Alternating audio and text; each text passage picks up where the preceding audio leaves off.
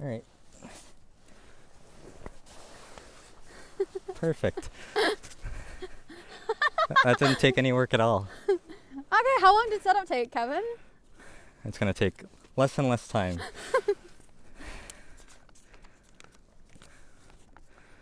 Oh fucking god. Right, awesome. Thanks for joining me and tolerating me, Daphne. Yeah, no problem. That was a joy to set up. Mm-hmm. This is the first time we ever had a camera in the tree with us, and I've got a camera on the ground too. So it's definitely experimental, but I enjoyed the learning experience. As did I. So what makes you insane enough to come up here with me out in the woods? It's been however many years of friendship, so I feel like I'm used to the insanity at this point. Yeah. And I don't know, I like talking to you and like having the fun discussions and like talking about all the things that we talk about. So now it's just on camera, I guess. Do you have like a highlight example? A highlight? Like, what do you think is the favorite discussion that we've had? Favorite discussion that we had? I don't know. I feel like we've had like a lot of good ones over. I know which one's the favorite. Which one? What topic? 2 summers ago. the Oh, big okay. Yeah, we can say it. I'll edit it out, but yeah, I agree. Yeah, Voldemort. They who must not be named. Yeah. But anyways, we're here to talk a little bit about your education in Mm-hmm. midwifery, and then a little bit about friendship on like a broader scale, Mm-hmm. both like personal and in our relationships with other people, and then like our view of the role of friendship in the culture. So I think the first question I have for you is, you did a placement recently, Mm-hmm. and in an Amish community. Mm-hmm. So I want you to tell us a little bit about that. Yeah, for sure. So yeah, I studied midwifery. I'm in my 3rd year, so I had like a decent amount of like kind of like in practice experience. So I did a month-long placement, and like an Amish and Mennonite community. It was very interesting just because it's so different kind of like to the medicalized system that like midwives mostly operate within. Like we mostly do deliveries in hospitals, like something like 95% or something like of all midwifery deliveries are done in a hospital. So Misinformation, you said 94% earlier. 94%, my bad, sorry. I don't actually, like I know it's above 90 because it fluctuates year to year, right? Yeah. So like 94, 95, whatever. So yeah, so it's like a significant amount. So like this is like a very unique experience that like a lot of like my like peers in my program aren't gonna get the opportunity to do. So very grateful for that. It's very unique in the sense that like kind of like how their beliefs factor into their healthcare, and also like kind of the difference in the discussions that you have. Because they mostly decide to deliver outside a hospital, there's like kind of different health considerations that you have to account for. And like home birth in general is considered to be very safe if it is done properly, i.e. like if there's a reason not to because we're concerned about XYZ, then it's better to deliver in a hospital, whereas them, even if XYZ might exist, they normally choose to deliver at home unless something's very substantially like amiss. Can you just give me like a percentage, like how many of them just decide to go to the hospital versus home birth? Like I would say like less than like 5%. Okay. So it's like only if something is glaringly, like basically makes like a delivery at home impossible. Yeah. So like something like a placenta previa, which basically means that like unless they're like the 99% chance they're gonna die, they're like, no, yeah, leave me at home. Like exactly. Yeah, okay. Like it's like, or like it's just not possible kind of thing. So those are basically the considerations that like I have in my head about it. But yeah, so this one was just very unique because of like obviously like how they operate within their communities, very like much more like cohesive. Like they all talk to each other. It's a very like community, like each community is very like community based, and like all the activities that they do together and how much like kind of like I guess like support like at least for like child rearing and childbirth in the community is very prevalent, whereas like here like it's very much like, oh, you're having a kid, like are you ready, like are you sure? Yeah, it's like an individual thing as opposed to like the village raises a child. Yeah, and like an expectation, like where there it's like very expected that you have a kid. Here it's more like, should you, like you know. So it's like, oh, how much are you going to spend on their university education? Yeah. Or like, kids are so expensive. You're going to spend like $1 million raising this child. Like, you should just abort it now. Oh my god. But yeah, so it's just like, well, can you just tell us a number to visualize first? Like for how many kids they have? No, for how many, like we're in this community. Like, is it like about a couple hundred? No, it's way Thousand more than that, or like thousands. Like I would say like a few, because they're all like individual communities, right? Because there's like Yeah. old order Amish communities, old order Mennonite communities, new order Mennonite, new order Amish, and then they're all like kind of like broken up into their little like coalitions. Right. I couldn't put a number on it. Like that's just like going off of the population of the area and just knowing what percentage of the population is like Amish and Mennonite. I would say like quite a few thousand, because it is like a very like large geographical area. Okay. At least. So I went to 9. Well, I went to 11, but 2 of them I missed because Steph progressed a bit too quickly. Didn't get there in time to have for the baby when the baby was delivered. So I went to like 9, where I was actually there for like the delivery and everything like that. So that was really good. It's definitely like all of my experiences went really well. Like nothing went wrong. And we had some more like high risk pregnancies where like normally that person would be recommended to be in hospital. Like they had to sign forms that say like they understand the risk of doing this at home, because we're recommending hospital. Like I got to see twins be born at home, which is like, that's definitely in the hospital kind of deal normally. And like people who have like history of like hemorrhages and stuff like that. So it was just like, it was a bit nerve wracking. Hold on, I just thought of something kind of funny. So like they waive their rights in general, but like even if they didn't, like they never go to. Do they ever go to court or like sue over like? No. Like poorly done like pregnancies or like. So it's a very like non-litigious community, right? Yeah. Because like litigation in general is like a very like Western like. Yeah. Modern So like, do they almost idea, resent right? like having to sign the paperwork in the first place? No, they don't care at all about signing the paperwork. They don't care. Because they're never gonna sue. Right. So it's just like for them, it's like a very like nothing thing. Like I've like the paperwork they sign, it's like pretty scary looking. Like it literally says like you're okay with you dying, you're okay with the baby dying, you're okay with everybody dying. Sign on the line. Yeah. But well, how's their literacy? Like, they're still like relatively educated, right? It depends on the gender. So basically, both like genders. Can they read the document? Yes, both genders get up to an 8th grade education. On average. So within their community, so within like schoolhouses, so they don't have the same like grade education we have, where we like learn about cells and shit like that. So like, but yeah, they all have like basic mathematics, basic like literacy, all those kinds of things. Like basically they can read and do math at a graded level. And then like their science and things like that are a bit more, because like obviously they got to read that Bible, so they like well, the Bible's a complicated book. Like, exactly. So like if anything, they might have higher literacy rates than the rest of the population. Literally. Considering some of the stories we've seen about like literacy rates falling in the West or whatever. Yeah, I wouldn't doubt it. But yeah, no, they're educated to like all their basics kind of thing. Like they can understand the conversation. The one thing is that there is sometimes a language barrier in the sense that a lot of them speak like Old German. Right. So, and sometimes you don't have like, that's a hard like language to get a medical translator for. So somebody who's like informed on the medical. So sometimes you're going through like a partner, because it tends like their husbands do tend to have more English because they work, and often their work is in like construction or like making or like carpentry or like out like those kinds of things. So they have to communicate with the community, right? Because like even if they have like a furniture business, they have to do all the stuff with like the general public.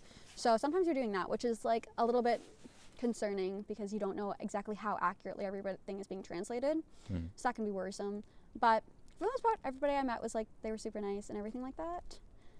So yeah, but as far as like the actual deliveries, like I said, I had like a few more high risk things, but everything went well, which was like nice for me. But it was definitely like nerve wracking to like be in those situations where you're like, something can go wrong, or when like you see like we call them like pink flags, or they're not quite red flags, but like kind of they're yellow flags. Yeah, like pay attention, like something like this is like a soft marker that this could be happening. So kind of when you see those kinds of things, your heart starts beating faster, because you're like, okay, if like shit does hit the fan, you gotta be ready. You only have so many people there, and then plus these are all like isolated communities, homes, like farms, like outside, away from hospitals. So if you do need that, like we need somebody now, like you are waiting a hot minute for like backup.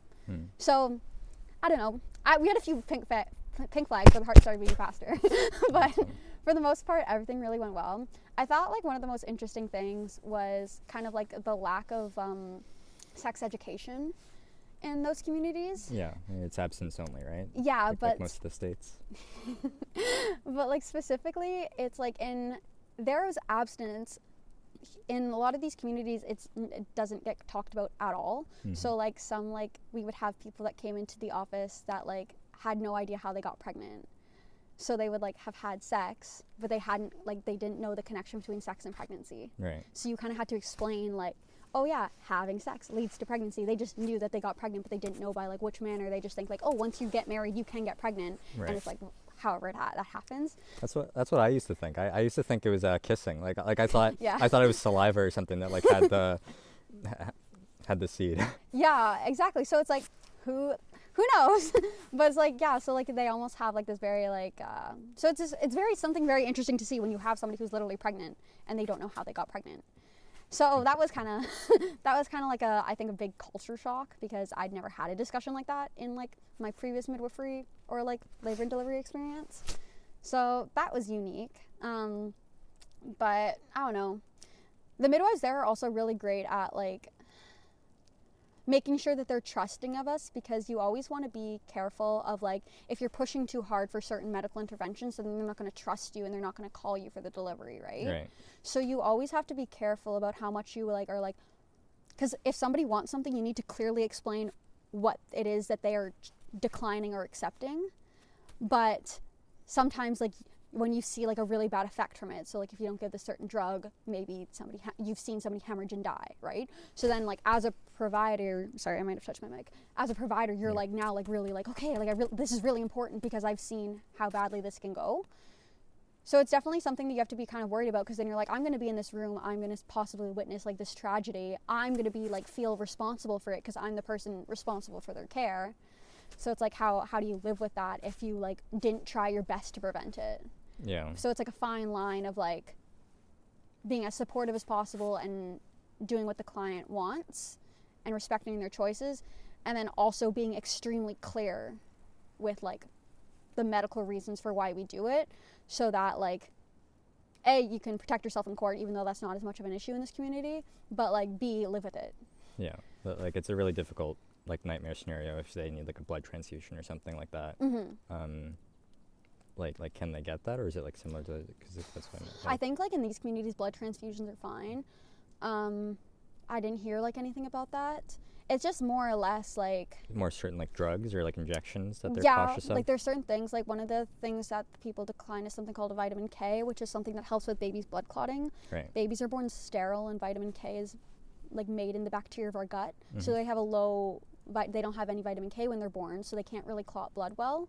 So we give all babies an vitamin K injection at birth, so that because like they're more prone to brain bleeds, because they kind of get like squished and smushed as they're coming out. It's a very traumatic experience. Mm-hmm. Yeah. And specifically their head, and specifically their head gets smushed, right? So they're more prone to a brain bleed. But brain bleeds, if there's no clotting, like Just die. it's fatal, or like a severe brain damage or like compromise, right? So it's really important that babies get this, and some of them decline it. And then I've never seen a baby with vitamin K deficiency bleeding, which is what we call when they are hemorrhaging from it. But like I have peers who have, and I know midwives who have, and they're just like, yeah, like if they had just given them this injection, maybe that never would have happened. They wouldn't have had this brain bleed, and they wouldn't have now been like incapacitated for the rest of their life. Right. So when you see stuff like that, where it's like something that has a zero risk factor associated with it, because vitamin K does, it's just kind of like, please, like just take it. But like you also have to respect them, that like whatever their beliefs are, you're allowing that to happen. So it just That's cool. It's like high stakes negotiation almost. Right? Yeah, because like the odds of vitamin K deficiency bleeding happening, even if they don't have it, it's like 1 in 1,000 prevention, right? Yeah. But if you get that 1 in 1,000, like it's extremely preventable, right? So it's just something that we just give because there's no harm in doing it. So why not do it? Yeah. But then it's also like, well, if you don't want it, you don't want it. So, and especially it's harder when like like it's one thing if they make a decision that affects them, so like their care, but it's another one if it affects a baby. I feel like that's also like a different thing, because now they're making choices for somebody else's life rather than their own. So that can also be like a difficult situation to be in as well. You bring up like the 1 in 1,000, like that makes me think just like the stats in general. Like how good are they at like understanding like the stats, like on like what or like because like some people like 1 in 1,000 means never. Yeah. But like some people that's like really really high, right? Yeah. So like what's the perception there? Like are they like, oh like it'll never happen to like my baby, or like they'll decline it because it's just like, do you see what I'm getting at? So yeah, I see what you're getting at. So It really depends on the individual. It also depends, like there's certain risk factors. For example, if somebody had a really long labor, their baby's more prone to having vitamin K deficiency bleeding because there was more like trauma to the head, basically, right? Yeah. So somebody like that, like I've had clients who have like declined it. Is there like snow on my head? I've had clients who've declined it, but then they have these risk factors of a really long labor, and then you go, hey, your baby's now at risk. It's not just like the normal. It's like they have a higher chance of getting it. Maybe we should reapproach this, and then they'd accept it. Okay. So it's like be based on, some people like don't do it if everything went well, but then if there's like more risk factors, then they'll accept it. They're generally pretty receptive. Yeah. Like when things change. And in general, the people that I've been with have been very receptive, including like the Mennonite and Amish people, including like people just in the general population. Right. So I've had both, but like I also have had, like I know people who just like, no, point blank period, I'm not gonna ever do that. So, but like, yeah, no, there's definitely situations where it's just like, if kind of like if the circumstance changes, the choice changes. And it's like, and I think that's really good because like included in that 1 in 1,000 is babies who have those additional risk factors, right? It's not like we only do that 1 in 1,000 for healthy babies. It right. includes those. So now maybe your chance of that baby having that was 1 in 250, right? Right. So it's good to like mitigate those when people do accept those kinds of things. Posture better? Yeah, my back is like you can see my spine, it's like gonna give me like neck cramps. I was like watching you when you like got into that position. Like, I was like, you know what, whatever. well, yeah, I just thought it might be better because I'm not obstructed by this thing, but yeah. I'll shift around a little bit. Maybe we'll switch. Okay. As long as my mic's still good. Yeah, it's good. Okay, so tell me a little bit about some of the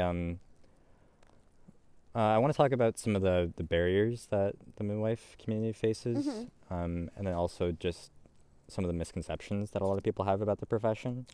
Yeah, for sure. I feel like there's a lot of misconceptions about it.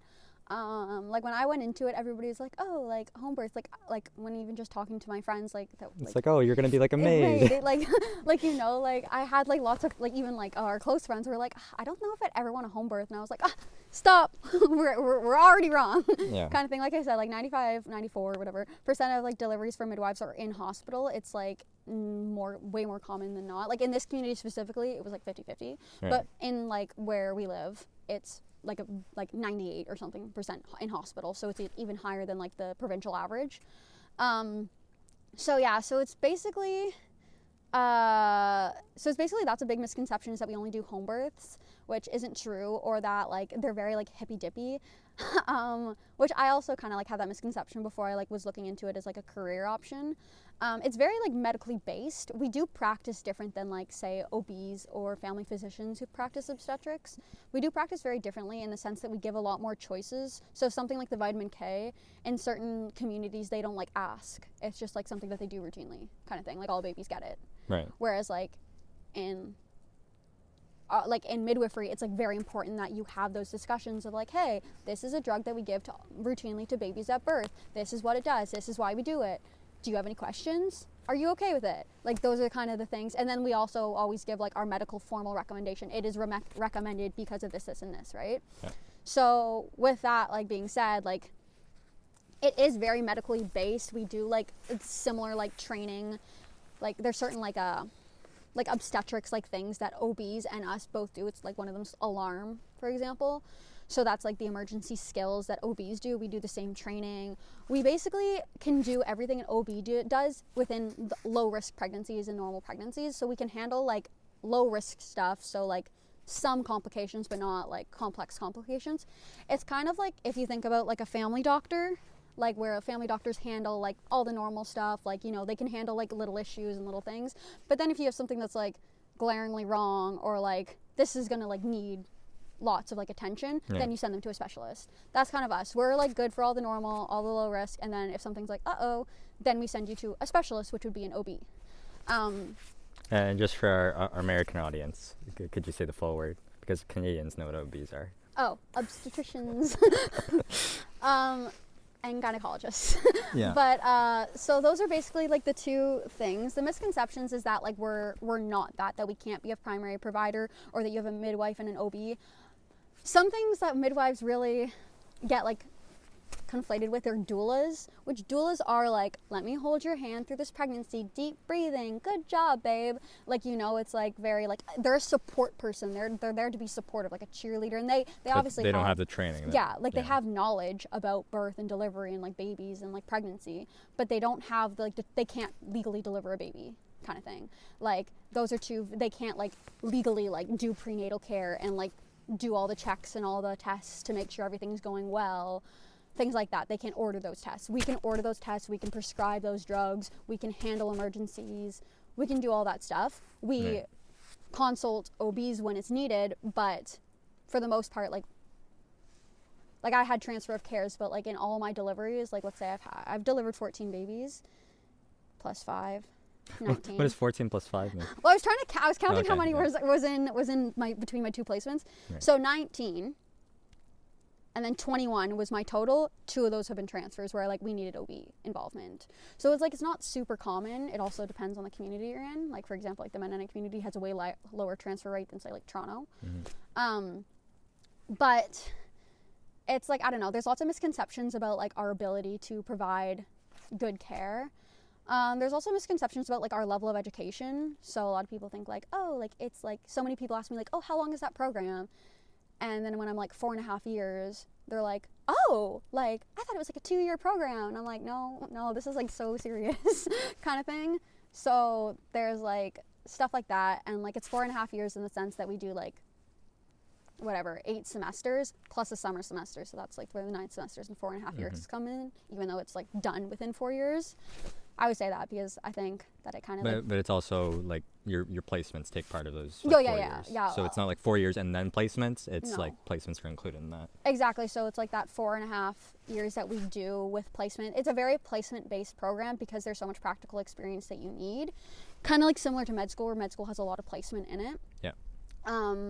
But then we also have like a year after we graduate called your new registrant year, which is kind of like similar to like a doctor's residency where you're like still monitored. You have like a mentor, so like a midwife who's like more senior, who like monitors your stuff, answers your questions, kind of looks over your work, who you can go to with questions. So we have that year as well, but we do get paid for that one. So I'm picturing when you say like looks over your work, like, oh yeah, that's a baby, good job. More like, this is my differential diagnosis, this is what I think is wrong, do you agree? But yeah, they definitely do go, that is a baby, congrats, she is pregnant, she's healthy, you did the delivery well. But it's about a lot more than delivery. Yeah, exactly. There's so much that we do, and I think a lot of people don't understand our scope of practice and all the things that we can handle, and that we are a primary care provider a lot. Like it's not like you have an OB and a midwife. You have an OB or a midwife or a family physician, because some family physicians do that. Okay. But so that's something. All right. So tell me about, or pick one court case to tell us about like the complaints that like midwives have right now as far as like their scope of practice or like their pay is not kept up with inflation or agreements they've signed. Yeah, so there's like a few different ones. There's always like ongoing stuff with the government about like our scope of practice, because midwives want to be able to do more things because it allows us to continue care, like have that continuity of care rather than having to transfer out. Right. So like our drug list of what we're able to prescribe like expanded last year. Mm-hmm. So we can now do like prescribe like things like contraceptives and like certain other drugs in pregnancy. We can also like prescribe contraceptives before? No, we couldn't do that. It seems like one of the first things. No, because it's like not considered pregnancy, right? Like that's like an after pregnancy type thing. Right. And then we can also like prescribe like certain drugs for like treating hemorrhages that we couldn't prescribe before, and like things like treating certain newborn illnesses, like for example, jaundice, so babies who have that like a yellow tinge to their skin, that can be dangerous if it gets too high. So we can now treat that with like phototherapy, and like if a baby has like I don't know what else. Oh, like we can insert IUDs and stuff like that. So stuff is expanding, and there's just always stuff that like midwives are like, oh, we want to do this, and they're like, and like it goes back and forth about whether or not we can actually do that. But like with that expansion of scope, like our pay hasn't like kept in line with inflation, and B with our expansion of scope. So like when midwives were originally like legislated in Ontario in 1994, they were supposed to get 91% of like the lowest paid family physician. So like at the time that was $74,000, I believe, a year in the 1990s. And then basically, like, it just has not kept up with inflation. Now midwives starting salary is around 100K, and they kind of work up to 150, which is not in line with what like the lowest paid family physician makes. So that 91% hasn't been upkept, and then on top of that, our scope has expanded. So like this originally 91% was based on our scope versus a family physician who does obstetrics scope. Yeah. And then that's why we're the 91%. So not only has our scope expanded so we can do more, so technically we probably do more than the 91%, but on top of that, we now have like these people, like this situation where like it hasn't even like, we now can do all these extra things and we're not compensated. So like, because like the contraceptive training is like, prescription is new, I have to pay for a course to be able to prescribe contraceptives because it's not built into the education system. But like I don't get more pay for being like, I don't get paid more because I have that ability. Yeah, like you have so many more responsibilities and like hurdles you have to jump through to get the qualifications. Yeah, for no monetary compensation. Yeah, exactly. So that's frustrating. So like that's one thing that like I definitely think, like there's been a court case going on for like 10 years about it, and they just won that court case because basically a similar court case was going on in British Columbia. They just won it, so midwives are now paid significantly more there. So you know. That's good. So that's good because it sets a precedent in Canada for our pay. So I'm optimistic. The court case is now gone because it's basically been won two or three times, like within the Ontario court system, and now it's going to the Supreme Court because basically each time the Ontario government is like, no, like we're not actually paying you more. So then it has to go to the next level of like judiciary system. There we go. It has to go to the next level when they say no. So we've actually won this court case, like I believe it's 3, it might be 2 times, and now it's going to the top level of court, and if we win at this level then they have to up our pay.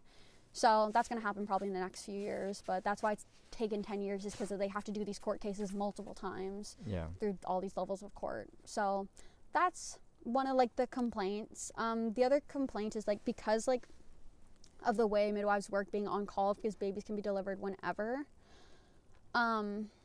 It's like the burnout rate is high because like people feel that they're not fairly compensated for their work, but on top of that, it's like the system, especially like in recent years, I'm very optimistic about how it has like improved with the call systems and like how midwives kind of sub each other off call so that you're not on call like 24/7 like you used to be. It's like for example, like one call system is called primary care, and that means that you're working normally in like a team of 2, and you both work like Monday to like Thursday and do your like normal clinic, which is like just looking after pregnant women and like looking after like newborn babies and like postpartum moms, and then you have like the births that happen during the week as well, which can happen whenever. Right. And then you get every other weekend off, so like Thursday through like to like Monday morning at 8 a.m. You kind of like, so Thursday like normally at 5 p.m. to like Monday at 8 a.m. You have that like little block of time off, and then the next weekend you work through the weekend and the other midwife on your team goes off, so you kind of cover each other's like clients in that like frame of time. And then there's other ones where they're like they do 2 weeks on and 2 weeks off, or there's ones where they're in teams of 3 where they like do like, it's like 4 days of just clinics, so you're not on call, 4 days of just deliveries where you're just on call, and then like 4 days off, and it like rotates. Yeah. So there's all these different systems, and you kind of just do whichever one works best for your lifestyle and whichever one like the specific practice that you're working You get to actually like kind of pick? Yeah. So like you can pick, like if you're like basically have the numbers to do the system you want, and there's people within the practice who want to do that system. It goes by seniority, right? And then yeah, like it just depends, because like if you have a midwifery clinic with like 17 people at it, right? So like it's a lot more flexible. It's a lot more flexible because there's more likely to be somebody who like wants to do the same call model as you, right? Whereas like in other clinics where there's like 5 or like 4, it's like you kind of have to all agree as a clinic what you're going to do, because you can't have all these different systems because you have to cover each other, because if you can't all be off at the same time, and then that probably contributes to a lot of why they just gravitate towards the urban cities anyways, or like it's really difficult to work in the rural communities because like you might get increased pay through the government or like whatever rural subsidies they have? No? Okay. That's probably, really? You don't get paid more for going to, I thought the government was like good on that. Like they would pay you more if you went to the territories. Not for midwives. Okay. Well, that's something I'll have to work on. But, that's funny. I've looked into that because I'd like to work in rural and remote areas, but no, it does not exist. That's crazy. Yeah, right? It's crazy. And like even for like nurses, like they have like the signing bonuses they get down south are like crazy. They don't get them here. They get like $20,000 signing bonuses down south, which like, I mean, probably like overall isn't going to be like compensated in the cost of living, but like pretty insane that we can't offer those same things at the hospitals locally. So that's kind of effed up.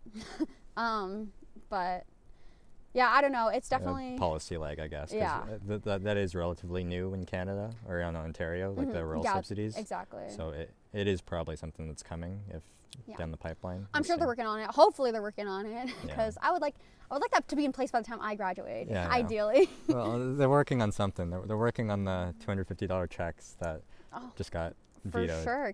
Can't wait to get that. But yeah, so friendship. Yes.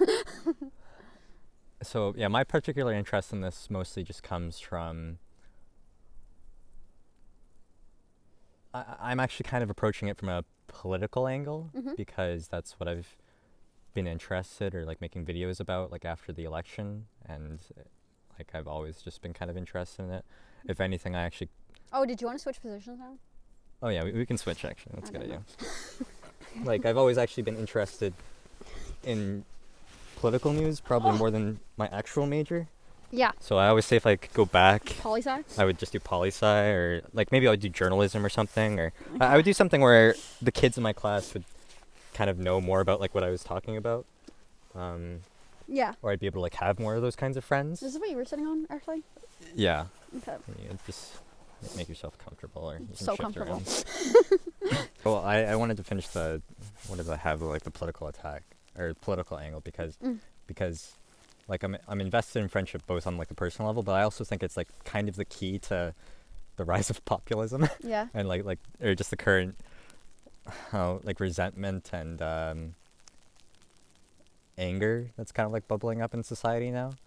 I think it's a lot has to do just with decline in like friendship quality and quantity, and like the decline of like the third places where you typically go to like make friends or like increase your bonds with your existing friends.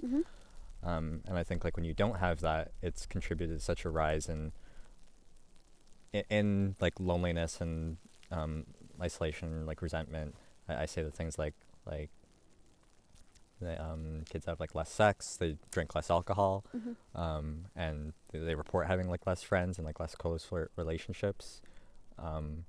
And it's funny because like you can look at those stats and be like, oh, it's good kids are having like less sex and like less alcohol. But I'm actually like, I think like that's a sign of a social illness, because they're like social like lubricants kind of. Exactly. I think it shows like a breakdown of like the quality and the quantity and the like importance of friendships in people's lives, and like those like physical like kind of relationships, like just in the sense of like not necessarily like sex, but like going to places and like being with people. Because like I think there's like you said, like there's so many opportunities now to like just be kind of trapped within like your home and like not go to those like third places. So I think that it's important that like that's recognized that like people not drinking more just means that they're not socializing as much, not necessarily like, oh, we are a healthier generation, which I do think that there's more awareness around drinking than, for example, there was like 50 years ago. But actually I'd actually prefer if we were drinking more. Yeah. But like both, because like maybe it's also like a financial squeeze, so like people are like pulling back on that a little bit, but it also goes into how the discourse around like democracy and voting goes, because now it's like people are like more focused on like their self-interest, honestly, or like or like campaigns like even go a little bit more towards like your rights and like your values, or like your ability to like have an abortion, or like your friend's ability or whatever, or like you should. Campaigns go about it both ways, but I see them leaning more towards the self-interest, rather than voting for the society or whatever, for like the vision or the positive vision of the future you want to see, rather than like there's a really good term that I like that one of my favorite authors uses, Timothy Snyder, and he says Trump isn't a populist; he's a pseudo-populist. Can you extrapolate the definition of that? Well, I'm going sadist. Sadist, yeah. so it's like I'm not actually gonna do good things for you. Yeah. I'm just gonna do bad things to your enemies, and you're gonna feel better. Okay, yeah. Which I think is very apt. Yeah. Because it's like, I would agree with that. It's like he's not gonna lower grocery prices. Like he's gonna tariff, and like he's gonna have incompetent people around him, and they're gonna do their incompetency and their bumbling, and like they're all gonna argue because they don't really agree on a lot. Yeah. They just agree on who the enemy is, but they don't actually have a good vision of like how to govern. Yeah, it's like the enemy of my enemy is or your friend. Like we'll see how they do it, but there's a reason he got elected on hatred of the of the radical liberal. So I think that's my favorite term of the past couple, a little bit pseudo-populism. Yeah, I like that term as well. It's definitely like something that's very interesting to see, because like I've seen it kind of like more trickle over into like Canadian politics like over the years. Like I think like it's Trump was here. a great like divisionary, and like kind of like over time, like like it's already here, but I mean like watching it trickle over slowly like in the past, like since his presidency and like whatever he got elected in 2016, like just kind of like watching that slowly come over, and like Canada adopt like certain more like kind of like the two-party system, and like kind of only seeing it from two perspectives, when I think like there's a lot more like I think that there's no reason for you to agree with like any like everything with one party, and I think like there are a lot of people that do. I think there are a lot of people that like are on the like whatever Trump supporters who then like also are like, well, I don't like everything about him, but it's like I think people like miss a lot of like the big picture, because I do think people are like I think there are so many glaring issues within society that somebody's like, hey, we need to kind of like radically like fix them. So we need a radical person, right? Yeah, we need change for sure. So they were like, oh, okay, the kind of like status quo of what we've had for like world leaders has been like this through all the years. So they kind of want somebody that's kind of like completely different. I don't understand specifically like the allure of Trump, because I just don't think that he's that like interesting of a politician, like specifically. Like from a policy point of view.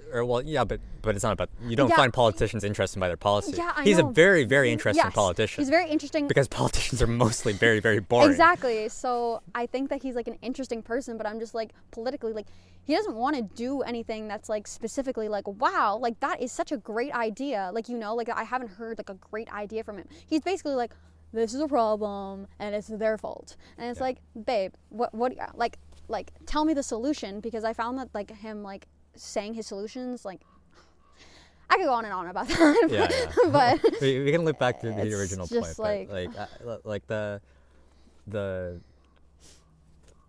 message we're trying to tell is how friendship is related to the populist front, and basically like the kinds of things we can do as more liberal or like left-leaning people that believe in the institutions or want to reform the institutions and like present like a better vision. Like you have to make a better case because like I don't know, like at the end of the day you got to vote. I don't see us chopping heads. No. I don't, or maybe I do, but I'm a little bit worried about that. I don't. Yeah. I'm worried about a violent revolution. I don't really see that as a viable path. But yeah. I think we're like decently insulated from like a violent revolution, like for the next for the foreseeable future. But I think like it's like I think at some point a lot of the societies are going to have like a breakdown, like whether that's in our lifetimes or not. It's going to happen at some point for whatever, whether it's like a climate issue or something like with the world. There's going to be probably like a complete upheaval of society at some point. And all right, so let's talk about how we can make better friends so we can value each other and like vote for like future-looking things or for the things that we can agree on, because we do agree on like a lot of the values. We just disagree on like how to get there most of the time. So it's about having that constantly open dialogue, you know, like the freaking free speech advocates that say they're for open dialogue, but they've never actually had like a confrontational experience in their life. They just live in echo chambers. But so anyways, what do we enjoy about each other's company? I think there's a lot like I enjoy like just like our discussion and the topics that we talk about, and like I think that we have like similar. I think we do have similar interests in like what we enjoy talking about. We like talking about these things that are kind of like just like, even if we're not necessarily like completely like educated on it in the sense like we've both done like a poli-sci degree, but just like general interests, and I think we challenge each other well. So I'm not a big fan of like having those discussions, because like obviously we agree on a lot, but I think we have differences, and like, but it's very easy for us to kind of like come to like a compromise and like, oh, okay, I see your point here, you see my point here, okay, like let's go on like a different path together. So I think like I enjoy that in like a lot of our friendships, is that I can have like these discussions with people where it's like, wait, you said you don't like those discussions? No, I do. I do. And I think like I can have that with like lots of our friends, because like a lot of us are very strongly opinionated people. And I very much enjoy kind of like getting that like pushback on my ideas in like a respectful manner, but also like people who are like, oh, like I see your point as well, so I'm going to concede this kind of thing. So I really enjoy that. I think that like we like also just like have fun together. Like I think that we just like in general like enjoy similar activities, and we have similar senses of humor, and we kind of have like, there's also like a history factor as well. Like the fact that like we've grown up together just makes it so we have like, I think friendships that do like withstand the test of time are a good indication of solid friendships. Obviously I think there's like stuff like outside the rule as well, but I think ours in general has like just grown and like become stronger. And obviously we've had like our dips and valleys where like we're not as close as we were at certain times. I think like we've always like greatly respected each other and each other's point of view, and also just enjoyed each other's presence. So I don't know, I think there's a lot to enjoy in our friendship. Yeah, I'll agree on you on like most of those points. Oh no, all those points. The interesting thing I want to parse out is like the difference between being friends because of like our values or like shared interests or like shared humor, versus like how much of it is kind of like luck or just like not luck, but like just a shared proximity, like our childhood, right? Yeah. Like because like I would argue that like the indicator of like a strong friendship is probably both like having the proximity and then also having like the values or interests that like you can do activities that you really enjoy, and then and that promotes like long-term bonding. But also it's like if we didn't go to the same school, like it's probably not like we would find each other like online or like in a other different place and then still be friends, just because of like the barrier to entry or whatever. So it's like and I just want to touch on that because I think that's the model of friendship that I think a lot of people get wrong, is that it's they say it's too much about like interests or values. Yeah. And like that's why they go to like the online communities or the echo chambers, and they focus on like the shared values or interests, or like, oh, you got to have similar hobbies. And then same thing for relationships too. Even like some people just focus on that too much, and they kind of like dismiss or like don't necessarily think about that you can actually just be friends with anyone. It's actually super easy to make friends. They just got to be in the same classroom. Yeah. And like that's how it worked for all of human history. Is just like it doesn't matter your shared values or like your race or whatever. Most of the time it's just the proximity. It's who you spend time around. And I would like argue that point a bit, because I think there's also people that like we have okay, no, but I think that there's people who I've been like very proximal with my entire life, who I've like never developed close friendships with, and it's not from a lack of opportunity, but it's from a lack of like I guess even like just like enjoyment. Like it's not even necessarily that I dislike the person, right? Yeah. It's just like no, like we just like don't gel. I think that there's like a certain like level of like kind of like a barrier to entry. Like I think like everybody kind of has their standards for friendship of what they deem to be a good friendship or a valuable friendship, where they invest time and effort and like a continuation of like seeing each other, right? Because like I would argue that it's not easy to make friends, like, you know, where it's I think it's easy to make friends. I don't think it's on like the phase of life. Friendships, you know. That's an interesting distinction. I think we're just talking about, in that sense, you're probably more talking about like associates versus like friendships, or no, like people who I would call friends, and who I like hanging out with. But you wouldn't call them friendships? No. Well, like not necessarily friendships, but I mean like let's those line that like. out then. What's the difference between a friend and a friendship? Because I think like friends are just like people who you enjoy the company of and who you like don't mind hanging out with, and if you guys like ended up together in a situation, you would have a fine time, you know, but they're not the people that you like seek out, that you want to do these things with, that you want to continue these friendships with, where it's like if they trickled out of your life, it wouldn't be very like it's not that like substantial, or you wouldn't like miss their presence, right? So your biggest thing is friendship is active and friends is passive, probably. Yeah. Okay, that's good. I like that. I think we agree here on like it's just like the balance, and I'm just saying that like as time has gone on in the social media era, the interests and values have become weighted more as opposed to proximity, and I just want that scale to be a little evened out. And proximity is not enough. Like you do need more commonalities because and it's not even necessarily like commonalities. I think like just operating on similar like, I want to say levels, but like on similar like wavelengths, I guess. Because that's what I mean. I mean commonalities in like all the senses. I don't mean just like the values or personality traits or whatever. I just mean interests, like commonalities. Like commonalities, everything. Yeah, exactly. Yeah, because I definitely think that like there's like people who like we don't have like good friends I have where we don't have many shared interests, but like we are really good friends and we have really good discussions, and I really enjoy their presence and I really enjoy spending time with them. But like we also don't have like a plethora of different activities we can do together. Like I would say like now we have more common interests than we did like in high school, for example. But I think in high school we had I was never gonna register in Highland dancing. No, and I was never. You actually curled with me once. Yeah. But like you were never gonna do a league. Or like do like gaming like stuff like that. Like I'm just like have no interest in that. You played Among Us with us a couple times, right? Yeah, and I got like everybody voted me out. Like I was hated on. Yeah. You've always been hated on in party games, but you kind of bring it on yourself. Yeah, fair enough. I enjoy. You enjoy it. I enjoy being the you evil. enjoy the attention. You enjoy bringing the hee hee, like the being the issue. You're Trump actually. Like you enjoy being a pseudo-populist. You enjoy bringing sorrow to your enemies. Well, who doesn't enjoy bringing sorrow to their enemies? But I just enjoy.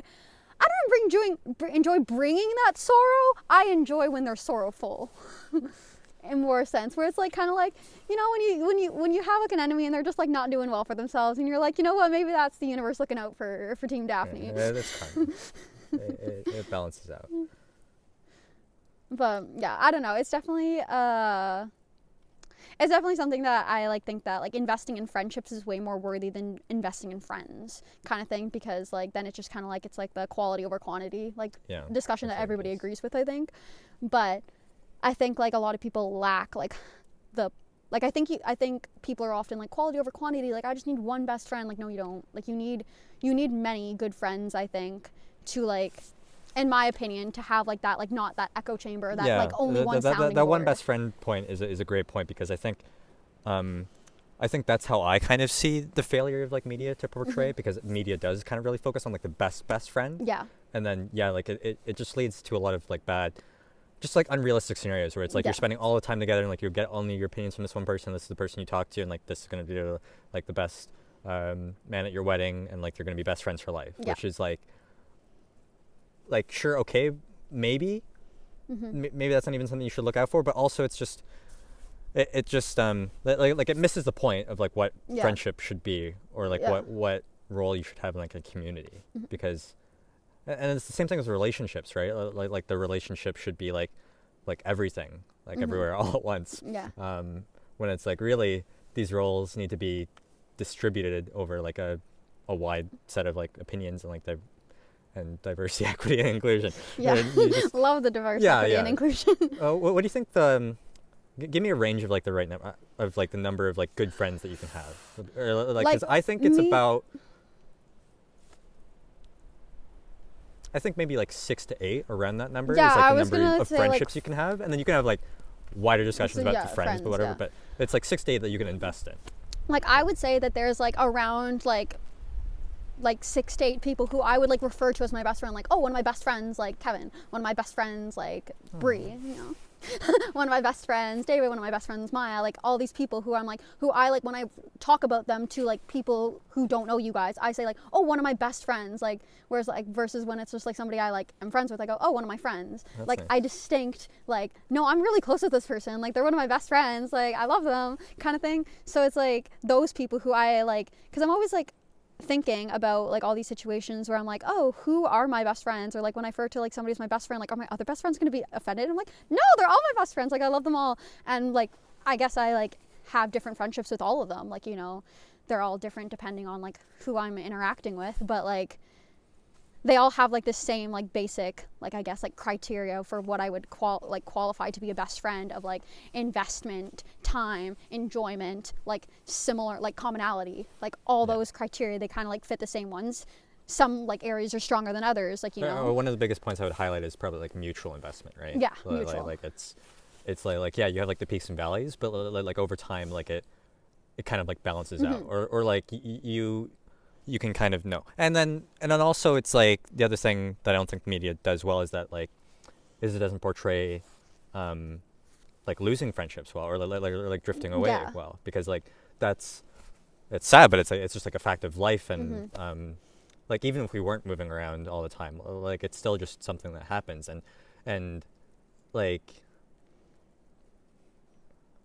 in some senses it should just be regarded as like beautiful, or just like nature, right? Just like life and death cycles. And it's like you can appreciate the person for like the time they had in your life and all the influence they had, but it's kind of like the tree like metaphor, where it's like, yeah, we might have grown apart as separate trees, but like our roots are still like entangled. Yeah, that's really cool. I'm going to put that visual like in front of it. There you go. Like, you know, it's like, yeah, you have those friends that you grow up with and then you grow old with, right? And then you also have those friends where you grow up with them, but you don't grow old with them. So it's like, but I don't think one friendship is more valuable than the other. Maybe it's more valuable at a certain point in your life.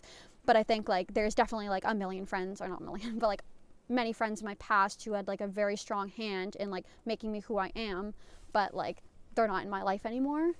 And that's like okay kind of thing. I think I've also been very lucky to have like a lot of like friendships that have like spanned close to or over a decade. Like some of my friends, like probably my longest friendship has been like with Maya, because we became friends when we were like 9 years old and we're now 22. Right. So like that's like a 13-year friendship that I value still greatly to this day. We were like best friends back then and we're still best friends now, like, you know. So like I think there's like also those unique relationships that like really like, you know, that you just find like those people like early in life. But like mine, if I have had like our peaks and valleys, and times we're really close and times we're really not.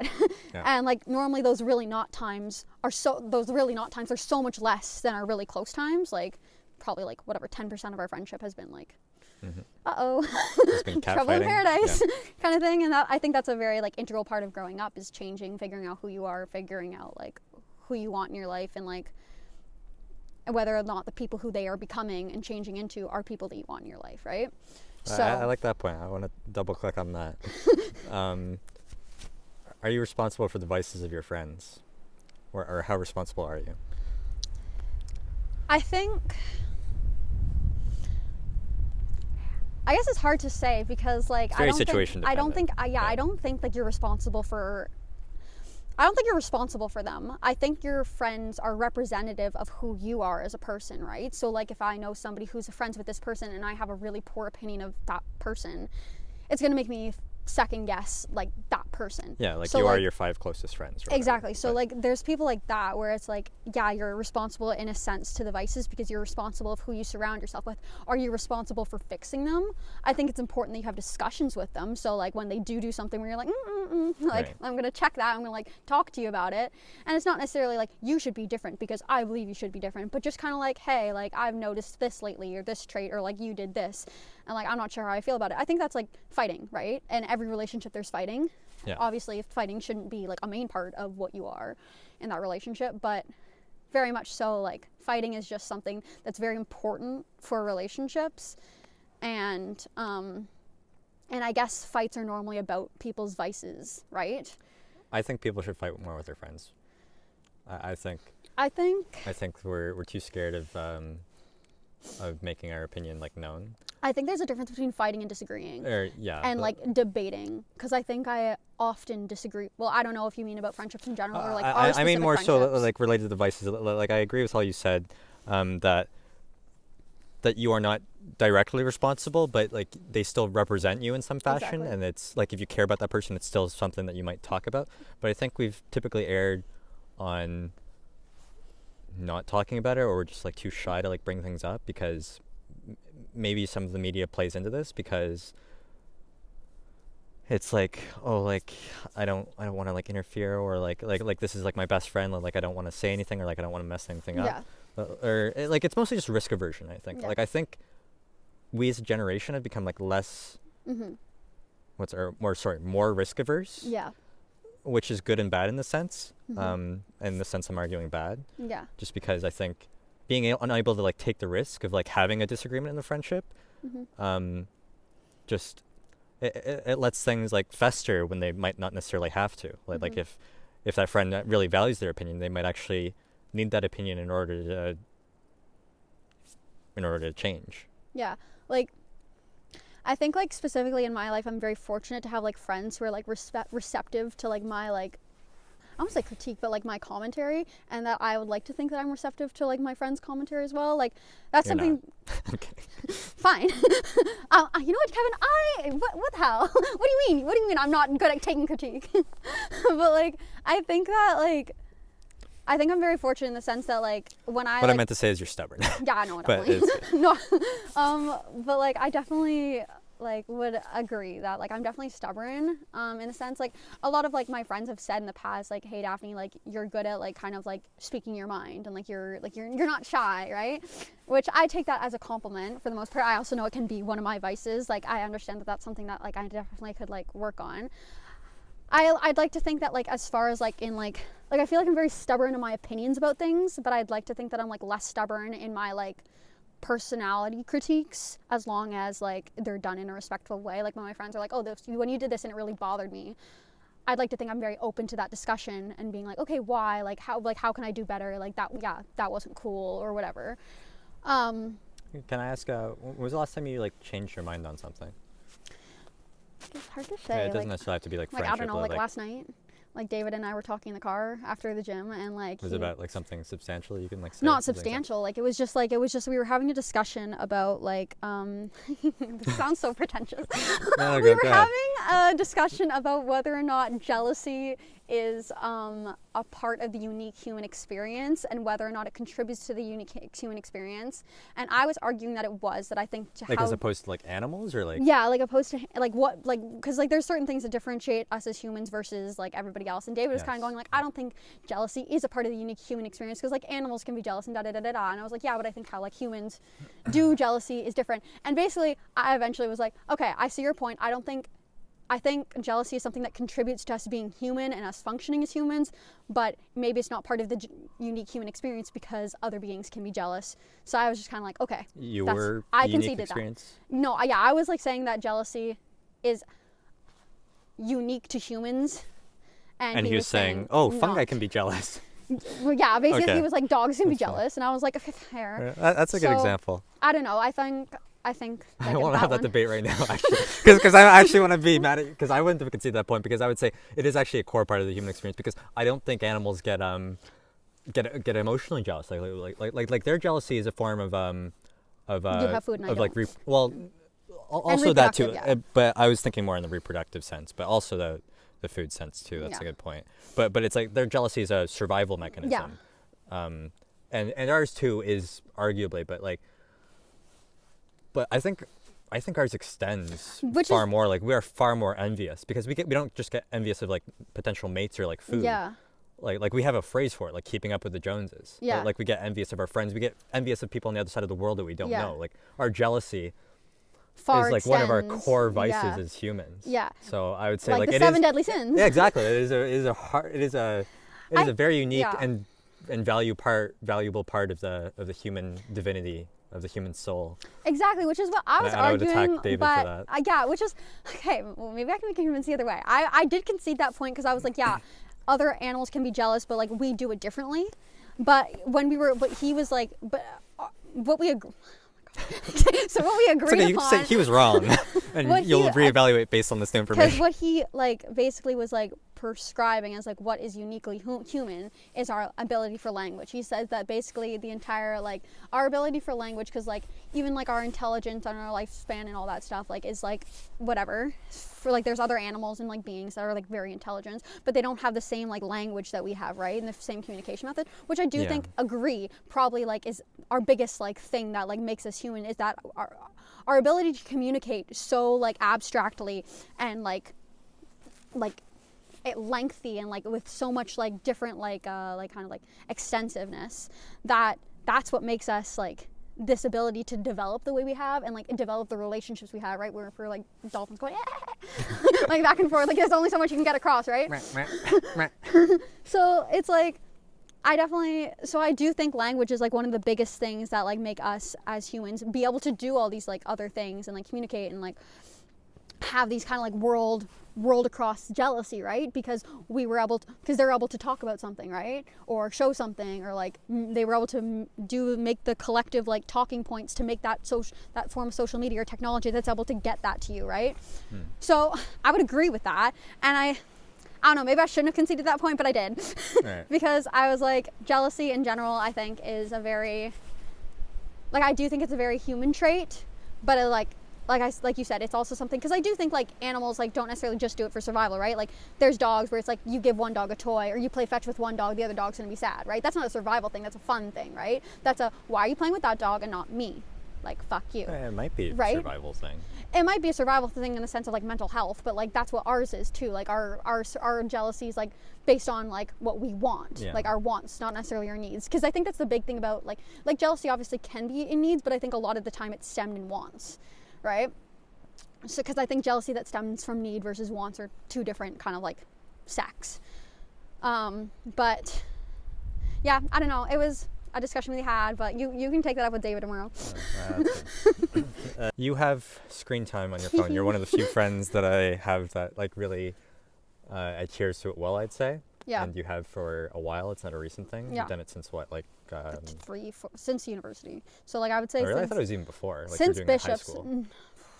I had it on certain things, but I knew the password at that point, so it was not super effective. Okay. So I had it in place, but then like She's done it for at least 4 years ago. Okay. I like gave the password to somebody else, so I cannot get into my apps. Oh, who has it, Maya or? My mom. Oh, that's funny.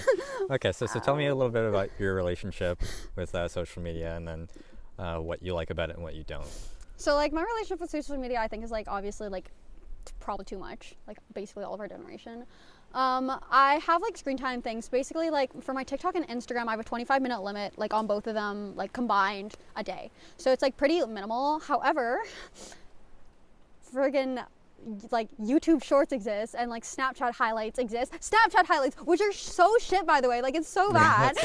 But like I have like definitely like fallen into that hole. Yeah, I'm gonna make shorts out of this, right? Like we're gonna have highlight clips. I'm gonna make shorts. Oh my god, you're contributing to the problem.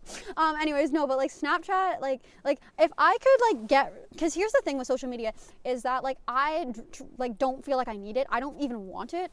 But then like there's this thing where like I don't want to get rid of Snapchat because like all my group chats, I have so many contacts on there, I have so much communication that's done through there. Like if I delete Snapchat, I miss out on like experiences, right? Like our group chat in our friend group is like literally like every single plan happens in there, and if you don't like, if you're not on it, like you miss out on plans. And like yeah, we could make like group chats outside of that, but like there's just like what if our friend group removes that, not all my other friend groups that I have all these other group chats with will. So it's like I still need that Snapchat, and like that's really annoying because like if I could just chop it off at like the picture thing and not even have that like far, like whatever, what is it called, the right, the far right, like slide kind of thing, I would easy.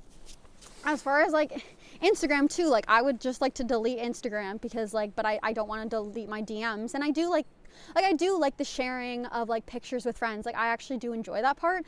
I wish I could cut off the explore page. And when they freaking started putting like posts like mixed in with your posts, like this is recommended content, like you know, on Instagram. Oh, on Instagram. Why? Yeah. Like that should be on the explore page, but like it's literally just suck you in, and it does. It's successful at it, and I'm like, bitch, what the hell? So I like, if I could just make it so I can only see my friends and only people that I like actually communicate with, axe the explore page, I would really enjoy that, because I do like keeping up with my friends, especially like friends who like, when I went to Bishop's University, like I don't see them as much because like I transferred universities and most of them are in Quebec, so it's like pretty far. So it's like I like keeping up with their lives, like it's fun. Do I get FOMO sometimes, especially in that first year? Yes, I did. But which was like whether or not that was a good thing is to be determined. But it's like something I enjoy, like, you know, keeping up with my friends. But I think that like I definitely think I spend too much time on social media. Like in general, I think I'm like not horrible about, like I'm definitely not the worst, which isn't like anything to like be proud of, I guess. Like, oh my god, I'm not like the worst. But it's definitely something that I think I would like to continually work on. If somebody could develop an app that like just gives you the communication aspects of it, or like Instagram but like chopped down to the bare bones, be great. Did you get to the part where I talked about this with Jaden about like the subscription model for real life? Like subscribing to like paying money or something, so yeah. so your other friends also go off to social media, so it like solves the collective problem that we were talking about. Yeah. If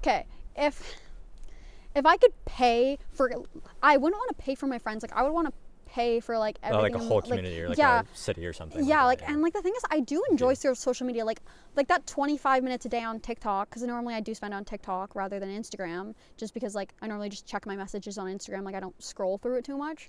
Like I do enjoy like the things on TikToks, and I get like book recommendations, or I like see things that are funny, or like like whatever that like like the like a prayer trend, like the when you call my name it's like a little prayer, and like it's like the Muppet. I love that trend. Like that's so funny. Like people telling their like worst, like most embarrassing stories. Like that's funny. Like I do enjoy it. I think that you can easily fall down the rabbit hole of just like doom scrolling, which is like not good.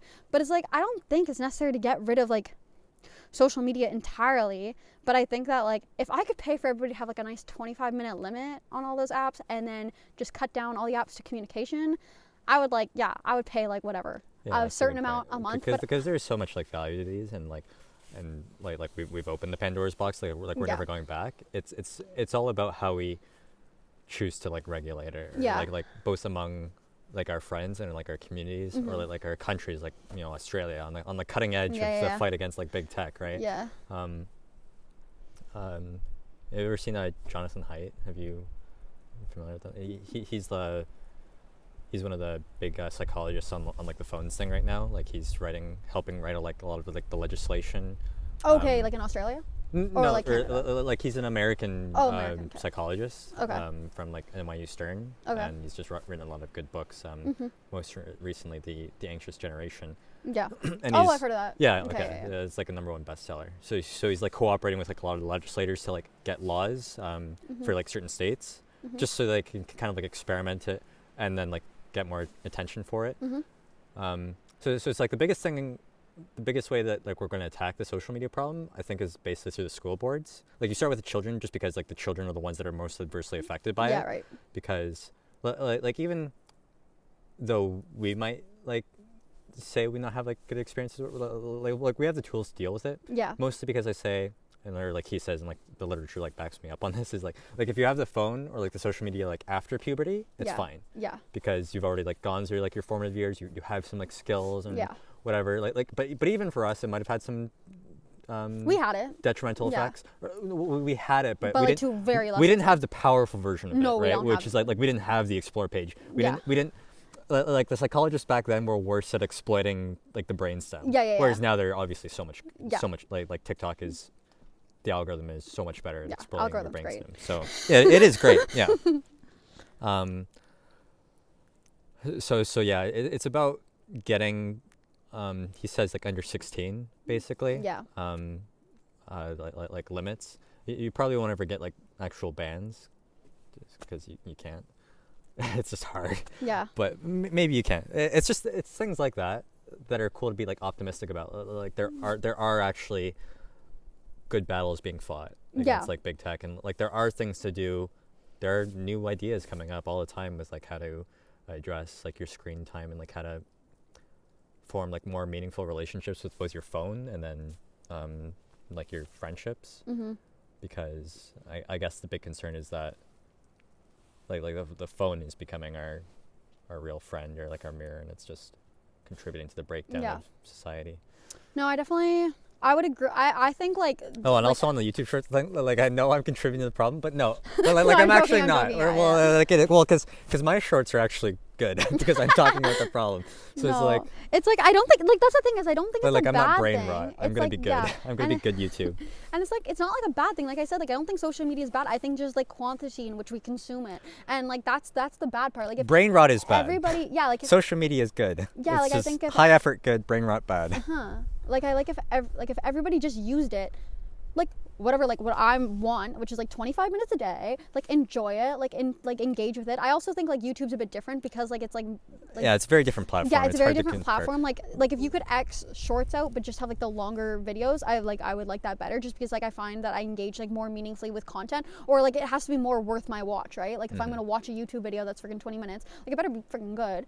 You know, like I'm not gonna like watch something that I don't like or like brain rot for 20 minutes. I'm glad you like my university video enough to stay occupied. But like it's just like there's certain things where it's like it's like why am I watching that? Like that was a waste of my time, or like I didn't like how much enjoyment did I actually get out of that, versus like, oh, it just came across and it was 30 seconds long, so I might as well like finish it, because like I don't want to know where like the freaking like little man got in his little journey in the Minecraft world. Like I don't know. The big conversation around these things is that like social media is just a tool, but it's a tool that we should make work for us. Yes. Instead of working for like the big companies, Yeah. like as it is now. Yeah. Like they're working to exploit our brain stems to generate the most advertising dollars and like the most capital. Yeah. So like it's basically government's job to regulate capital. Yeah. And like, that's the problem of policy like we're running into, just because admittedly it's really hard to operate as the government when you don't know what the next algorithm is going to look like. Yeah. So it's a hard battle, but we'll see how it goes. Like like you said, like I think like social media in and of itself like isn't harmful. Like for example, like when I was like considering going into midwifery, like I like reached out to like there's like a midwifery like hopefuls, so like people who are trying to get into the program. There's like a Facebook page for that, and I reached out to people who were in the program, and I reached out and like I was able to reach out to people who like were midwives and have like conversations about this stuff, because I didn't know what I wanted to do. I didn't even know what I was getting into. Like so many people in my program were like, I had a midwife and that is why I'm here, or my mom is a midwife, or like I knew that I wanted to do this from like a little kid, so they were very informed on like what they were getting into. I wasn't, right? So like it was very helpful for me to like talk and like I was kind of insane about it. Like I literally like reached out to people. I had like 10 questions that I sent all the people who like responded to me and were like, I don't mind answering questions. And like I got like a breakdown of the entire program, to the point like when I got in there, I was explaining to people how the program worked, because like it was kind of hard to find like just like online, like based on the McMaster website. Yeah. But like I was insane. I knew how the whole program worked for the next 4 years. I knew like what the commitment was. I knew how everything was going to go. I knew like job opportunities. Like I knew the pay. I knew the like cost of every single thing, and like how like all the allocation processes worked, and like all the classes we were going to take. And I was literally explaining it to like everybody, and they're like, really? And I was like, yeah. And like a lot of people were kind of like, oh, I didn't know that. Like that's kind of crucial information. I'm like, isn't it? So it's definitely like I found that really valuable, because it made me confident in my decision. And when I decided that I was going to have this huge life change and switch programs and not like kind of continue down the path that I was going, it gave me like the knowledge to like make an informed decision about that, right? And so I thought that was like really helpful. And then like the next year, like I put my name out and said, hey, if anybody has any questions, like I got in. Like so if you paid it forward? Yeah, exactly. And like cool. If you have questions about how to get in, if you have questions about the program, like I would be happy to answer them, kind of thing. So it's like I think those kinds of communities are really great. I also think it's easy, like there's also a lot of harmful communities of like echo chambers of like harmful ideas and like not challenging your beliefs. But I think like, for example, like supportive like communities about like, for example, if you have this like certain medical condition or something like that, and you like are like, oh, I don't know anybody in my life who suffers or like is living the life I'm living, finding people with those same shared experiences can be really like helpful in like learning strategies, whether or not to just like live with it or just like be able to like talk and like be understanding of each other's situation. I think those are really powerful and really helpful. And like my mom, like me and my brother had like medical issues as when we were growing up. She's kind of like, oh, like I wish like she's in one of those, she's like in those group chats now, and she's like, it's so nice that I'm able to kind of like provide parents with the comfort, because like when I was getting all these scary stats or things that might be going on, it was really intimidating to like know whether or not everything was going to be okay. So it's nice for me to be able to be like, yeah, everything can turn out okay, like everything, you will get to the other side of it. Like it's a long road, it's like these challenges, but like you can do it. You just gotta like you just gotta push, kind of thing. And people have like reached out and been like, that helps so much, like hearing that your daughter is like in university and has like a really full like happy life and like is now perfectly healthy is like very like comforting for them when they have this super sick child in the hospital. So it's like I think those kinds of parts of social media are amazing, and it just sucks that it's like overshadowed by all these like dark and dingy, decrepit corners of the internet that but just yeah, make it but suck. like those are the stories that we just need to hear more. But we also understand the phenomenon that they're just boring to listen to. Yeah.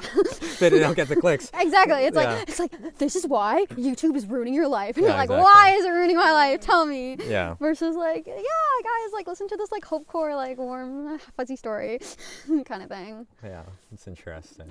But yeah, I don't know. So social media, I think I kind of have a very like split opinion on, because I'm like, I don't think we should just do away with it. But I think that, like you said, like regulation. Yeah, Is important. There's a way more granular conversation to be had on like all the specifics. Like you can't ever use blanket terms for something as big as media. Yeah. So then let's control the media, and it's a little bit we're going a bit too far in oopsie direction. Yeah. Like you don't want the Great Firewall of China or whatever. Like it's important to have a certain level of openness in the market. Yeah. Friendships. Tell me about your hopes and fears for your current and future relationships. Hopes and fears. I think like you can start with the fears. Great. I don't know. I think like I don't think I have too many fears about friendship. I've been like very lucky to have, like I said, like very consistent friendships, and like friendships that like I'm very close with, and friendships I don't see going anywhere.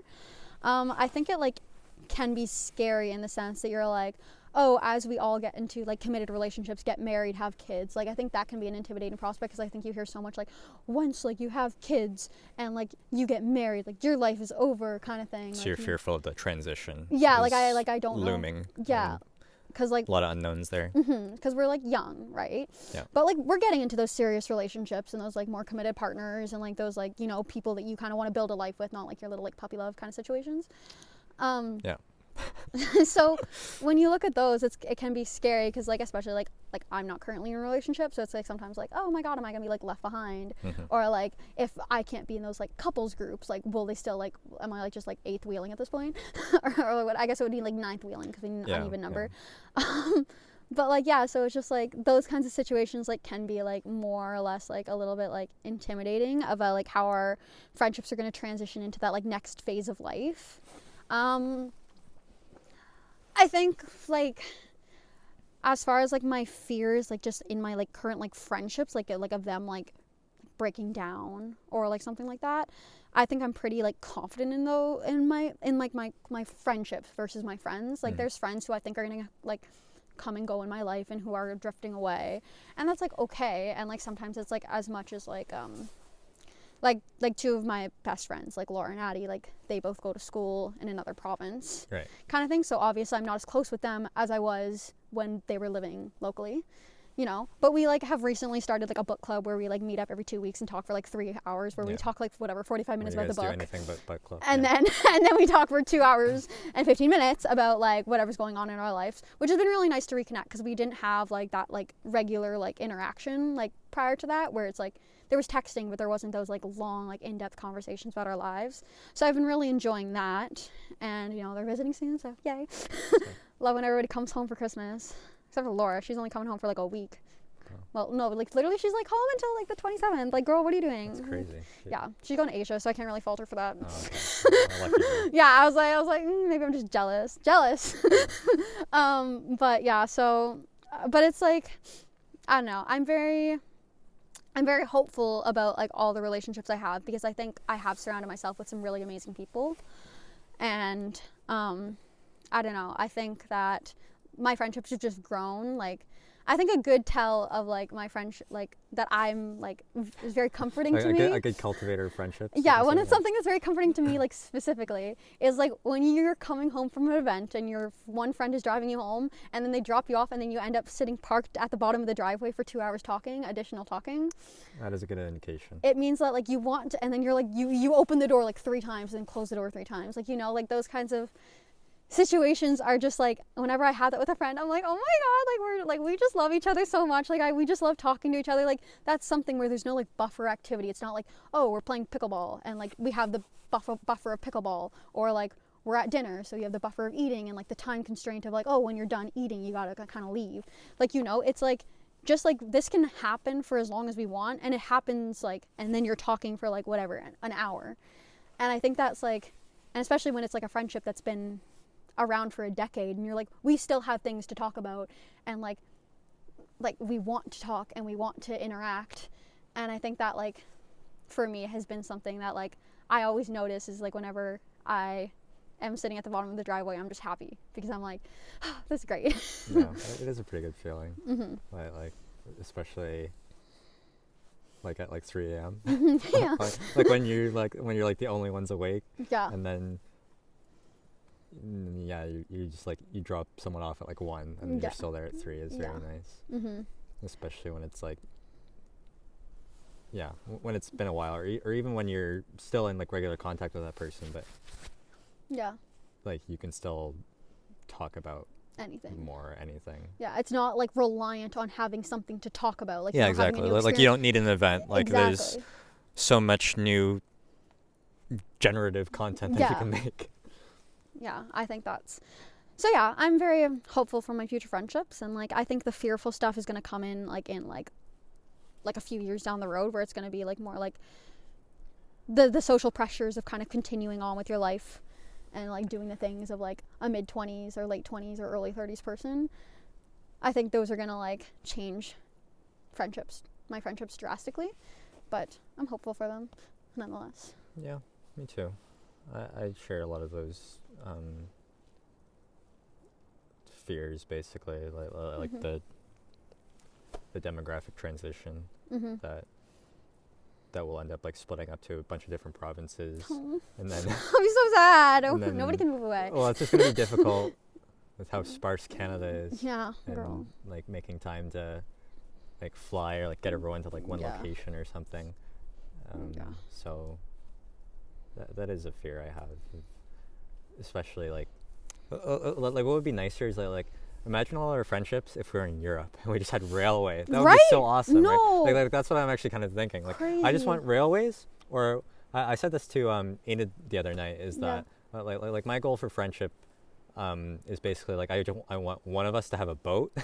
Love it. And it's not going to be me, because obviously whoever has it like has to have no like has to worry about the upkeep and stuff. Like I don't mean like I'm not going to be successful enough to have a boat. I'm going to get a boat. Okay, you go off. I'll be on your boat with you. I just mean like and like the boat's the symbolism of like being able to like go do stuff with friends, because it's worthless being on a boat by yourself. So no, I definitely I would agree. Like I think that like obviously I hope, like I plan on staying locally, so that's like personally for me, I'd like everybody to stay close, but I also know that's like unreasonable expectation. But yeah, Canada's definitely so vast. Like when I was in Europe this like spring, holy cow, like girl, like the friggin' the railway was so nice, and it was like not that expensive, and like I'm talking like international like overnight travel was like not that expensive. Like for me to get for like my friends down at Mac, right? Like for me to travel there is like, I kid you not, $700 round trip. For me, for a plane. Oh, right. For a plane, right? So like if I don't have like whatever the means, if I want to drive down there, it's like $200, right? Right. For when I was in Europe for like a month long of unlimited train trips, basically, or I guess it was, what did we get? We got like the 10 days of training. 10 days of training. So like within a 24-hour period, 10 times within a month was like $395. It's like, that's pretty good. It's crazy. It's like, so like a train to go like literally visit your friend in another country, like even if it was over like a greater distance. Well, what plane do we have in Canada? Is it like the Toronto-Ottawa train or something? Or like there's a railway in the works. Yeah, the Via Rail. So we have like... But there's something else in the works too. What is it? Is it the... new one? Maybe it's the Kingston Rail or something? I don't know. No idea, man. Okay. There is a train that goes to Kingston from Toronto. There is a train that goes to Ottawa from Toronto. Right. There's something else in the works for a high-speed rail. That train is stupid expensive, by the way. Like the Toronto to like Kingston or the Toronto to Ottawa is stupid expensive. Oh, how much is it? That's a great question. I know because like I have friends that like did it. It's like, over 100 for one way. For one way. Yeah. So because like, and that's like a 4-hour like car ride. Yeah. So like that in Europe is like $22. Yeah. Canadian. Yeah. It's stupid. It's just scale. Yeah. We got to pay that premium for living in such a desolate zone. Yeah. But even like Ottawa to Toronto, yeah. like isn't like a desolate zone. Like there's communities all throughout that. And even like the desolate areas, like I went to like small towns in like rural Austria, and like, no, it wasn't stupid expensive. Well, yeah, but they've just been funding it for so long. Oh, yeah. Okay, I thought you meant like Canada, I mean. just like we just don't. I'm like, we could have the trains if we wanted the trains, but we don't want the trains. We could, but like there are geographical differences and like population level differences that make it difficult. I remember like talking to this guy from Belgium, and we were like, me and my friend were trying to explain that we lived 8 hours apart within the same province, and we had to like pull up, like we were showing him on a map, like I live here, and she lives here, and there is a 8 hour difference, and he's like, what about the train? I'm like, there is no train. And then like he was like this is 8 hours. He's like, how long does it take you to drive to like this coast? And I'm like, 3 days. And he's like, and like that man had like come from Belgium to the Netherlands to party for like a night, like for a weekend. And I'm like, you guys, you literally like crossed countries, like you did the whole damn thing for like a party in Amsterdam. Like what the hell? Yeah. So he was in shock, that man. Like he was literally like pulling up, like he was like searching kilometers. It was so funny. And he's like, how are you guys friends? And we're like, I go to school there. He's like, you go to school that far? I'm like, yeah. Super fun. Right. Tell me about your strengths and weaknesses as a friend. I mean, we kind of like covered that like a bit earlier with like my stubbornness. I think like I guess like we'll start with weaknesses so we can end on like a strong note.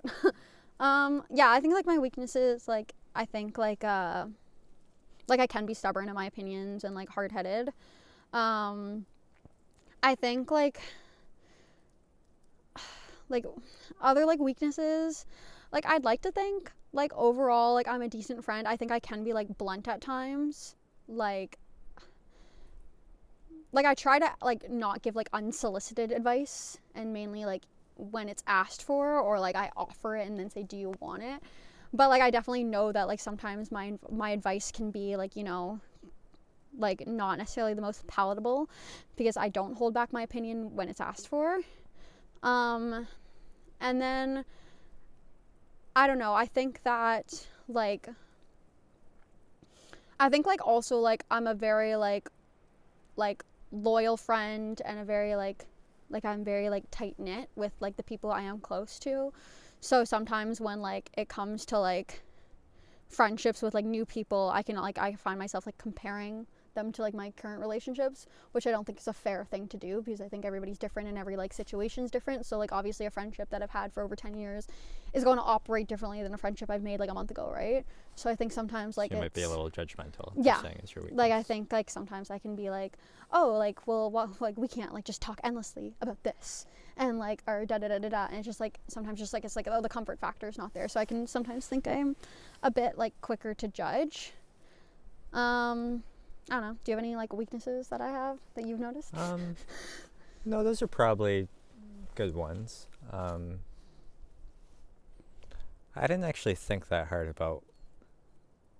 Well, I did. I just don't actually know if I want to say them to you. No, like we can talk about them off camera. No. Like I can cut this part, but I agree with the judgmental. Like what I would say is like it just doesn't satisfy me, because like those. Like both those weaknesses you mentioned are like basically things you're proud of.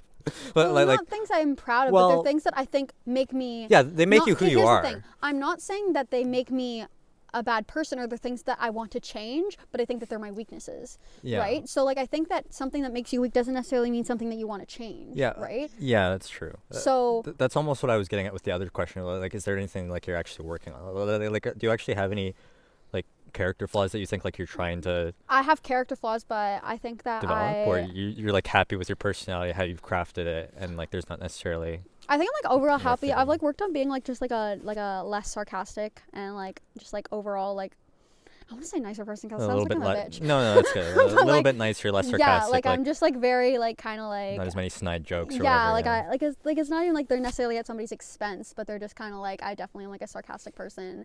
And I definitely am somebody who's like not like just like a super like nice, like, you know, those people who just like exude sunshine. Yeah. I don't necessarily want to be that, but I want to be someone who's like just like a bit more like like, you know, not as judgmental, like, kind of thing, whereas, like, not necessarily where I'd be mean or rude to that person, but I don't necessarily give them maybe the fair shot that they should, and, like, having, like, a high, like in my, like how much I want to spend time with someone or like someone sometimes I can definitely be like, no, not for me, and rather than, like, giving them a fair shot. Yeah. So, I don't know, I definitely... Yeah, I actually have mine. I remember I thought of it. I think I think it's funny. I think I'm actually displaying my weaknesses as I'm talking about not being satisfied with yours. Because, like, it's like I'm almost going for, like, I want a weakness that, like, she's, like, actually, like, evil for or something. Or, like, I'm trying to be a little bit too black and white about it. About, like, this is something that, like, she's, like, should change or, like, should actually, like, remove from her personality. But I think you're actually right in that. Like, yes, they are weaknesses, and, like, yes, you can, like, adjust the spectrum in which you exhibit that certain trait, but, like, you're not actually particularly concerned with, like, removing it or whatever, because it's just, like, a part of you, and it gives you a lot of advantages as well. But, like, I was going to say, like, I think one of your biggest weaknesses, and I would also say, I think I share this too, so I have a lot of empathy for it, is just interrupting people. Yeah, I'm so bad for that. That's actually so bad. Yeah. like, but I have it too, because, like, we both get just, like, really passionate about some things, and you get, like, kind of looped in it, and you got to say it. But I think we also tend to, well, say you, because but I'm trying to make this together. We are in this together, but, like, no, that's fair. Yeah, like we just try to. Yeah, I didn't necessarily see that as a weakness in my friendship. I think that's, like, just a personality flaw in general. Is that, like, yeah, like, it obviously affects my friendships, but I wouldn't say that, like, makes me a weak friend. I think that's just, like, a personality flaw that makes me, like, that's probably, like, one of my, like, that's a personality flaw that, like, I just, like, get so excited, or, like, I have so much to say always. Yeah. So I think I just, like, get so excited, and it's not like I don't, like, I love hearing what other people have to say, but sometimes, like, somebody says something and you're like, that is so valid, let me add to that, like, and then you're just, like, sitting there going, when are you gonna be done, when are you gonna be done? And then sometimes you're like, and I have actually been very much, like, actively trying to work on my interrupting thing and, like, letting other people have space to talk. Okay, well, that's good. That's what I was bringing up, like, but that's I guess something that's not, like, that's a good one, because it's something so innate that, like, you actually have to become aware of it, and, like, actually you have to decide that you want to work on it. Yeah. To be honest, I became aware of this more recently, like maybe 2 years ago, I guess. I started to think more deeply about, like, my friendships, or, like, how I tended to just interrupt people. Usually, like, not out of, like, malice or whatever. Like, I just got, like, excited, but I, like, it's mostly just about, like, making room in, like, conversations, especially when it's like more in groups. Yeah, groups are so much worse for me. Because, like, individually, like, you can have, like, a lot better like, metric of, like, when a person's, like, getting upset or, like, or bothered by, like, the interruption. But if it's, like, someone that's, like, next to you that you can't have, like, eye-to-eye contact with, then, like, you don't have that instant feedback of, like, when you interrupt them or whatever, and it's, like, really hard to like, moderate yourself, like. And I don't even think it's, like, just, like, an interrupting thing. Like, I definitely think I can dominate conversations. Or like even if the other person isn't talking, and I'll interrupt you. That's fine. Like, obviously we're just saying, like, we're gonna constantly interrupt each other. But yeah, it's like, even if the person's not talking, just the fact that you drone on for so freaking long all the time. Thank you. Like, yeah, it just takes up, like, a lot of oxygen in conversations, and you don't necessarily realize it at the time. Yeah, like, sometimes I've definitely gotten home from, like, events, and I'm like, I really should let other people talk more. And sometimes it's like hard because, like, some people aren't, like, as, like, I don't know, into talking or as excited about it, so, like, they don't take it. So you let there be, like, a beat of silence, and you let that beat maybe hit 2, and then you go, well, nobody said anything, so me again, it's my turn again. Time is value, time is money. I'm gonna fill the air. Exactly. So I knew it. Oh my god, no, it's definitely so funny because, like, I think that's my bigger thing is, like, I think I've been, like, working on the interruption thing, and, like I said, like, specifically in one-on-one discussions, I think it's not as prevalent just because, like, it's very much a back and forth kind of thing. But in group discussions, I'm like, it's like almost like, oh, I have to respond to each person. So it's not like, oh, they're going to respond to that person's going to respond to this one. It's like me person A, me person B, me person C, and then repeat rather than like A, B, C, Daphne, A, B, C, Daphne. Yeah. So Here, let's make a deal on this now to like keep each other accountable, yeah. or just watch it. Yeah. Like let's watch each other in like the next social Fucking event. punch me next time. Well, no, like, because we don't have to necessarily do it in the moment. Although maybe you can if you want to be really funny. But like, it's important to notice these things, and then we can maybe sense like a trend of maybe becoming better at it, or just like asking other people questions, so then you can bring them into the conversation too. And then that also kind of aligns with the judgmental thing, right? Because you take up so much dominance or so much oxygen in the conversation, it can lead to you almost like confirming those feelings of judgment, because like, oh, the other person didn't say anything, I don't know anything about them, but actually you're just talking for the whole time.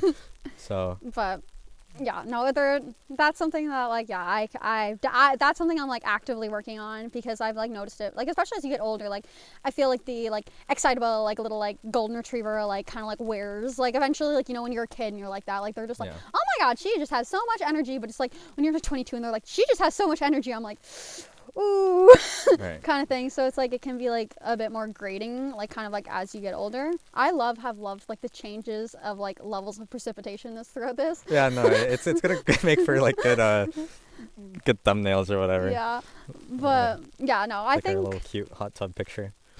I love that. But yeah, so I definitely think that's something that I'm working on as like a person, because I think that like it's not just in my friendships, like that permeates into every like, it's also workplace yeah, too, it's like workplace, it's like just like talking to people and like whatever at like a freaking store, or like in general, or like just meeting new people. So it's like, it's just like, that's just, I think, like a personality flaw rather than like something my friends, because I think like within my friendships, I don't think it affects it too much, because I think people like I said, all of my friendships that are like close have like been going on for quite a while. I think people are just kind of like used to it, or like they just know that's who I am. And that if they need space to talk, you just kind of have to like be like, okay, I have this issue, and I'm like, okay, and I need you to listen, and then I'm like, okay, I can listen. But it's like, it's definitely something like that I also think like makes me, like some of my like I've also gotten like some of my friends are like, thank God you were there, Daphne, because it was so awkward, and like we were making any conversation until you showed up, and then just dragged conversation out of you, because I can talk to a freaking brick wall. So it's like, so sometimes it's like a good buffer, where it's like my ability to just like talk is good, and then sometimes it's like, all right, like, and then I have to go and just like come back down and like really like lock in. Well, let's get better at that together. Sorry, my hand's like disgustingly wet and full of snow. That's good. That's a good place for friendship then. Well, let's move to the last topic, the optimism pill.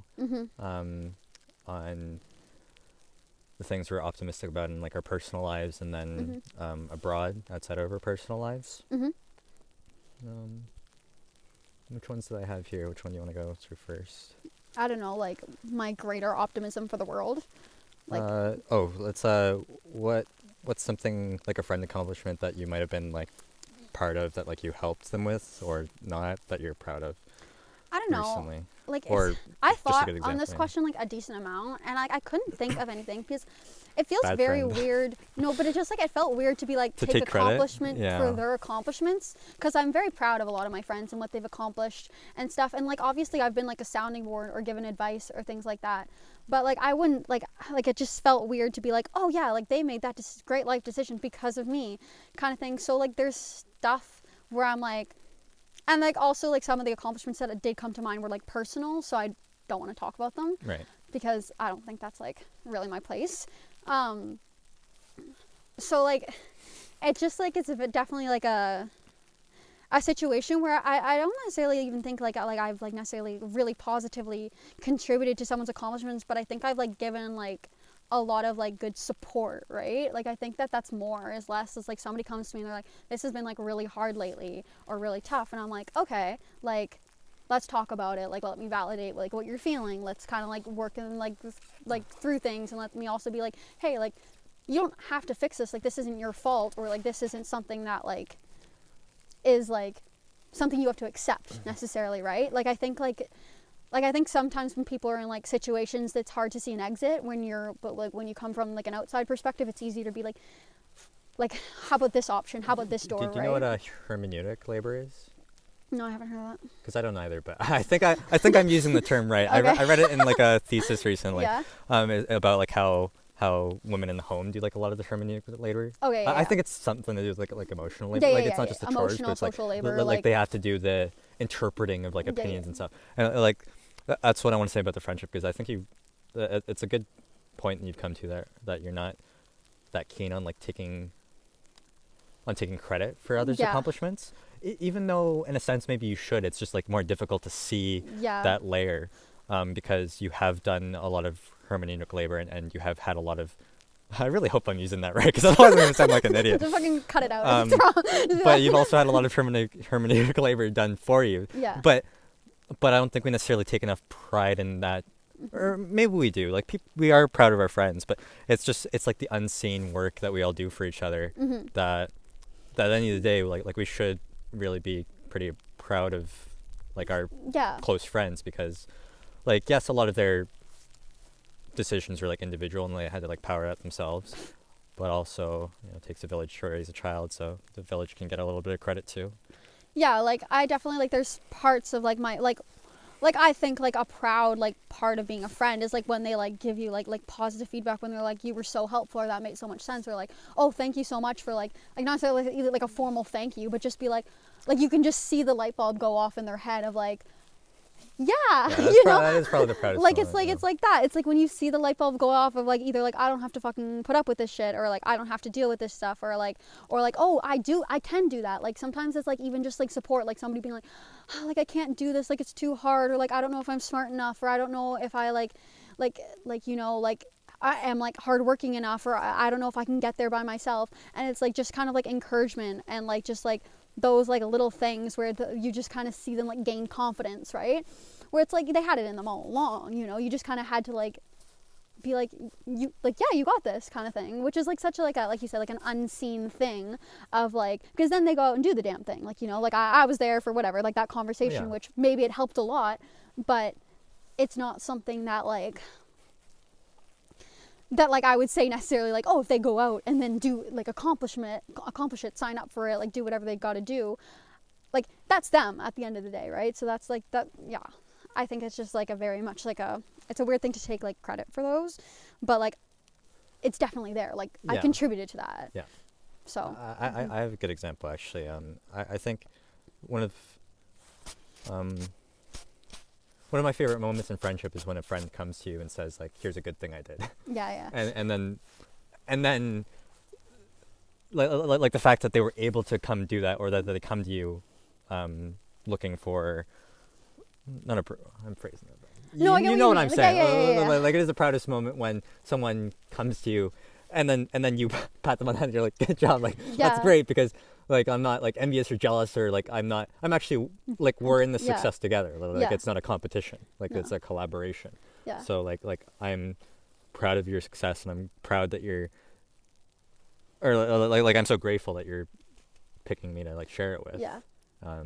Like I recently had one of those with like Jamie, like she like was worried about like one of her exams, and then when she came out of it and did really well, she like texted me like right away as soon as she walked out. She was like, Daphne, I just killed that thing, like you're gonna be so proud of me, like I crushed it, like I got like did so well. And I was like so genuinely happy for her, because she was like so like in her head about it and so nervous.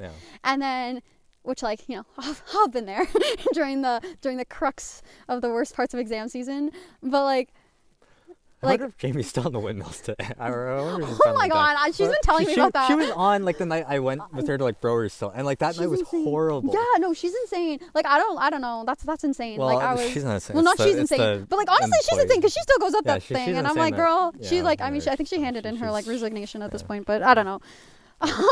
But yeah, she's crazy. But yeah, like that felt like so good. Like when she texted me that, like I was so happy for her. Like I went and told my mom was like sitting at the table. I'm like, guess what? She killed it. And like because she felt so good about it, I felt so good about it, right? And like we had studied together, kind of thing. So like I'd seen her in the trenches. We had been in the trenches together, but like like just being like, you got this, like.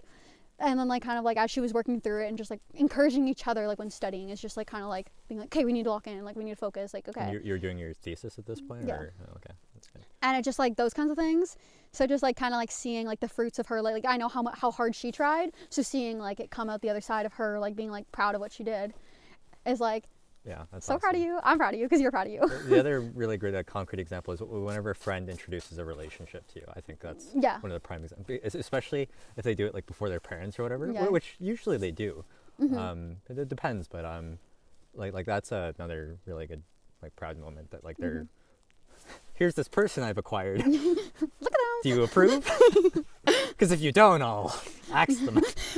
But yeah, like that's like my direct example for this is, maybe I'll cut this part, but like David and Haley, because he was very shy about like introducing her, but it's difficult like dynamic, but then eventually like he got over it and got over that, I don't know, like fear of rejection or whatever.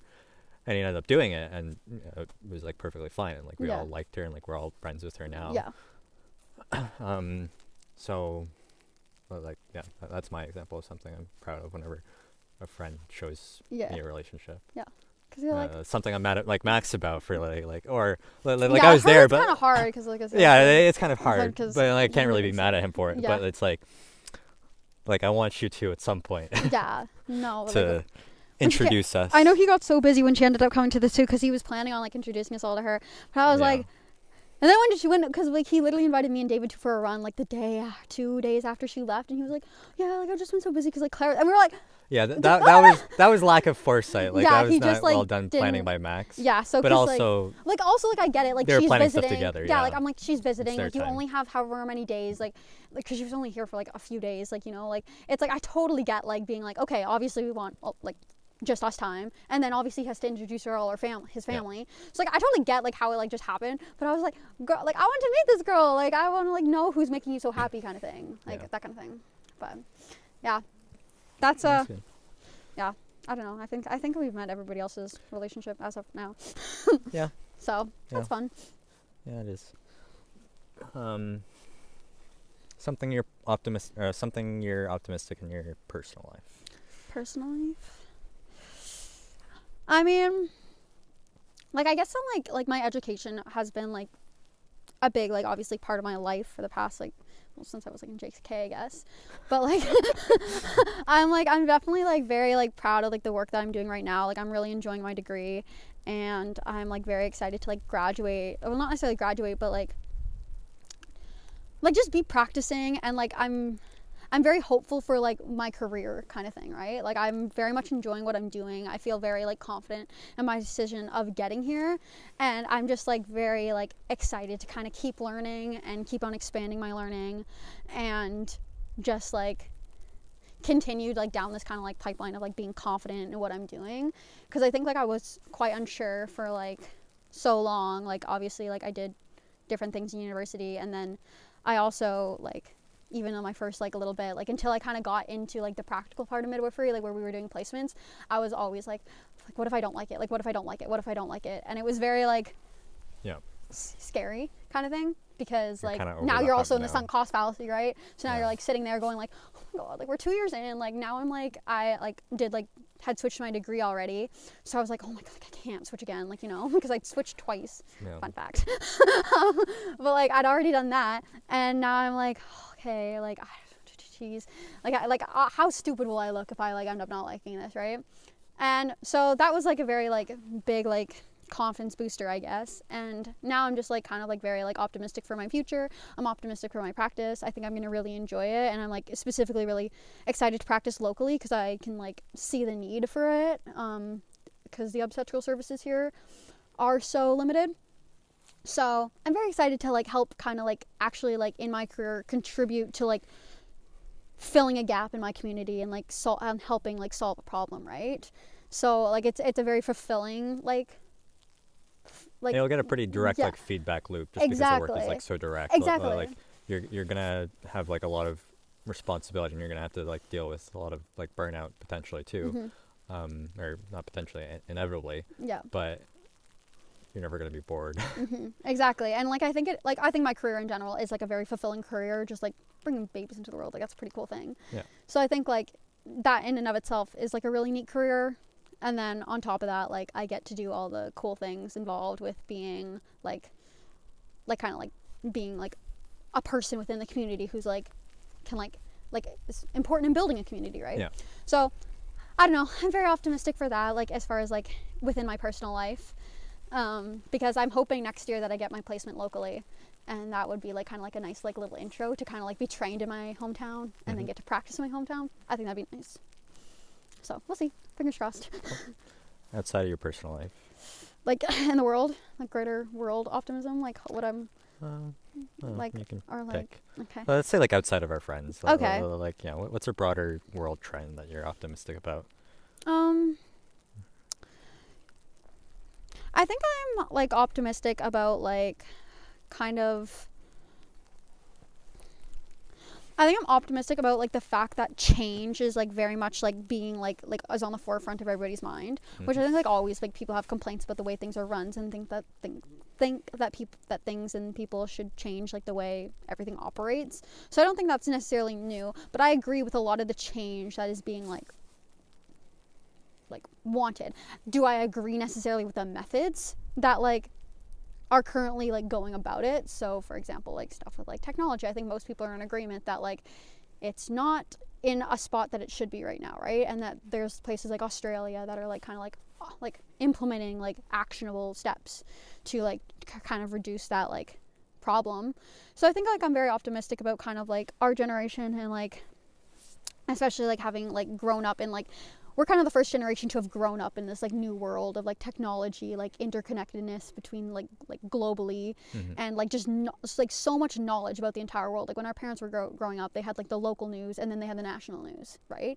And those are basically the two things. And like the national news came on like whatever once. We now have national news all day, every day, and we have a million facets to get it. So we have like whatever social media, like different technology, newspapers, like the like television, like we have all these things, right, to access it. So I think like I'm very optimistic about like what our generation will do to kind of like cement like the new like world New world order, like the new world order basically. Like kind of like what we will change, because I think stuff is going to change, and I think like as our generation kind of like enters the workforce and like enters politics and government, we're going to have like a very radically different like worldview than the previous generations, which is what the worldview kind of like is now. So I'm very optimistic about seeing how like that plays out, because I think that we will like implement good change, and I'm like optimistic about kind of like, you know, mitigating that like those issues that have come with social media and technology, because it's definitely something that needs to be addressed, that I think is underappreciated too. Like old people are like, it's those damn phones, but it's like so much more than that, because like it's not, it's all the things like I guess like that come with having a phone, but there's so many good parts of it too, right? Like you got the calculator in your pocket, you got Google, you can like look up all these like cool things, and it's like, yeah, it seems like at least our analysis of the problems is getting better and better. So like as long as we can kind of get closer to agreeing on what the problems are, we'll get better at trial and erroring our way through it. Exactly. And yeah, that's something good to be optimistic about. Do you have any questions for me? No, I think like we mainly answered them throughout. I would like to circle back personally, because we went over my weaknesses as a friend. What are my strengths as a friend from your perspective? Oh yes, right. I should have. Yeah, we ended up interrupting that train of thought.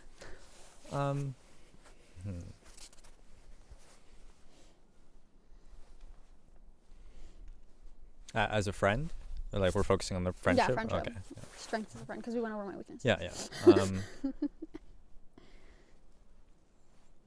I think my favorite or most admirable part, your greatest strength as a friend, is probably your active participation, in all senses, like both in like planning and probably like thinking about it, and like investing, and also like willingness to like change and like reevaluate friendships as like time moves forward. I think you have like a very like active view of friendships. Like you don't really take them for granted. You're able to kind of like notice which kinds of friendships you want to like pursue and like invest more time in, and then you're also able to like distance yourself from like certain friends, and And then also like obviously you've been great at like planning activities and being able to like just like up for random stuff, even activities that you're not necessarily good at. Volleyball. Which is whatever. But yeah, like that's probably your most admirable trait is the. Well, this is basically compliments and criticism. Well, yeah. I'm finally getting I started the podcast because you guys wouldn't let me do it with the group, so now I have to do it individually. I love that. Well, that is funny. That is actually probably where it comes from. Yeah. No. I mean, where it comes from is I just. Do you want to do you? I wanted to have more intimate conversations with friends, and it's a fun way to do them. But Yeah. Oh, I mean, we already like talked about like the interrupting thing, and then like. You can do another one if you want. No, I mean, well, like I said, I think that's like a personality flaw, like not like a friendship flaw, right? Like I've never, and like also I'm not great at noticing when people interrupt me because I think like I don't see it as interrupting, right? I'm just like, you were so excited, and like I interrupt you back, so it's like it's almost nice. Like one of my friends like down south, her name's Sarah, me and her interrupt each other so much. Like we will literally just both talk at the same time, but then be listening to the other and then respond at the same time to each other. And like my mom has listened to her FaceTimes, and she's literally like, "You're insane! Like I don't know how either of you followed that conversation and then both responded to each other because you were both talking at the same time, but you still answered each other." And I was like, "Yeah, that's insane." So like when there's stuff like that, like it's like fine, but I don't know. So like I mean, I think like your weaknesses, like obviously I think you're a good friend overall, like one of my best friends. So like. I don't have like a ton of like weaknesses because I think like friendships that have a lot of weaknesses don't tend to survive, like especially for a long amount of time.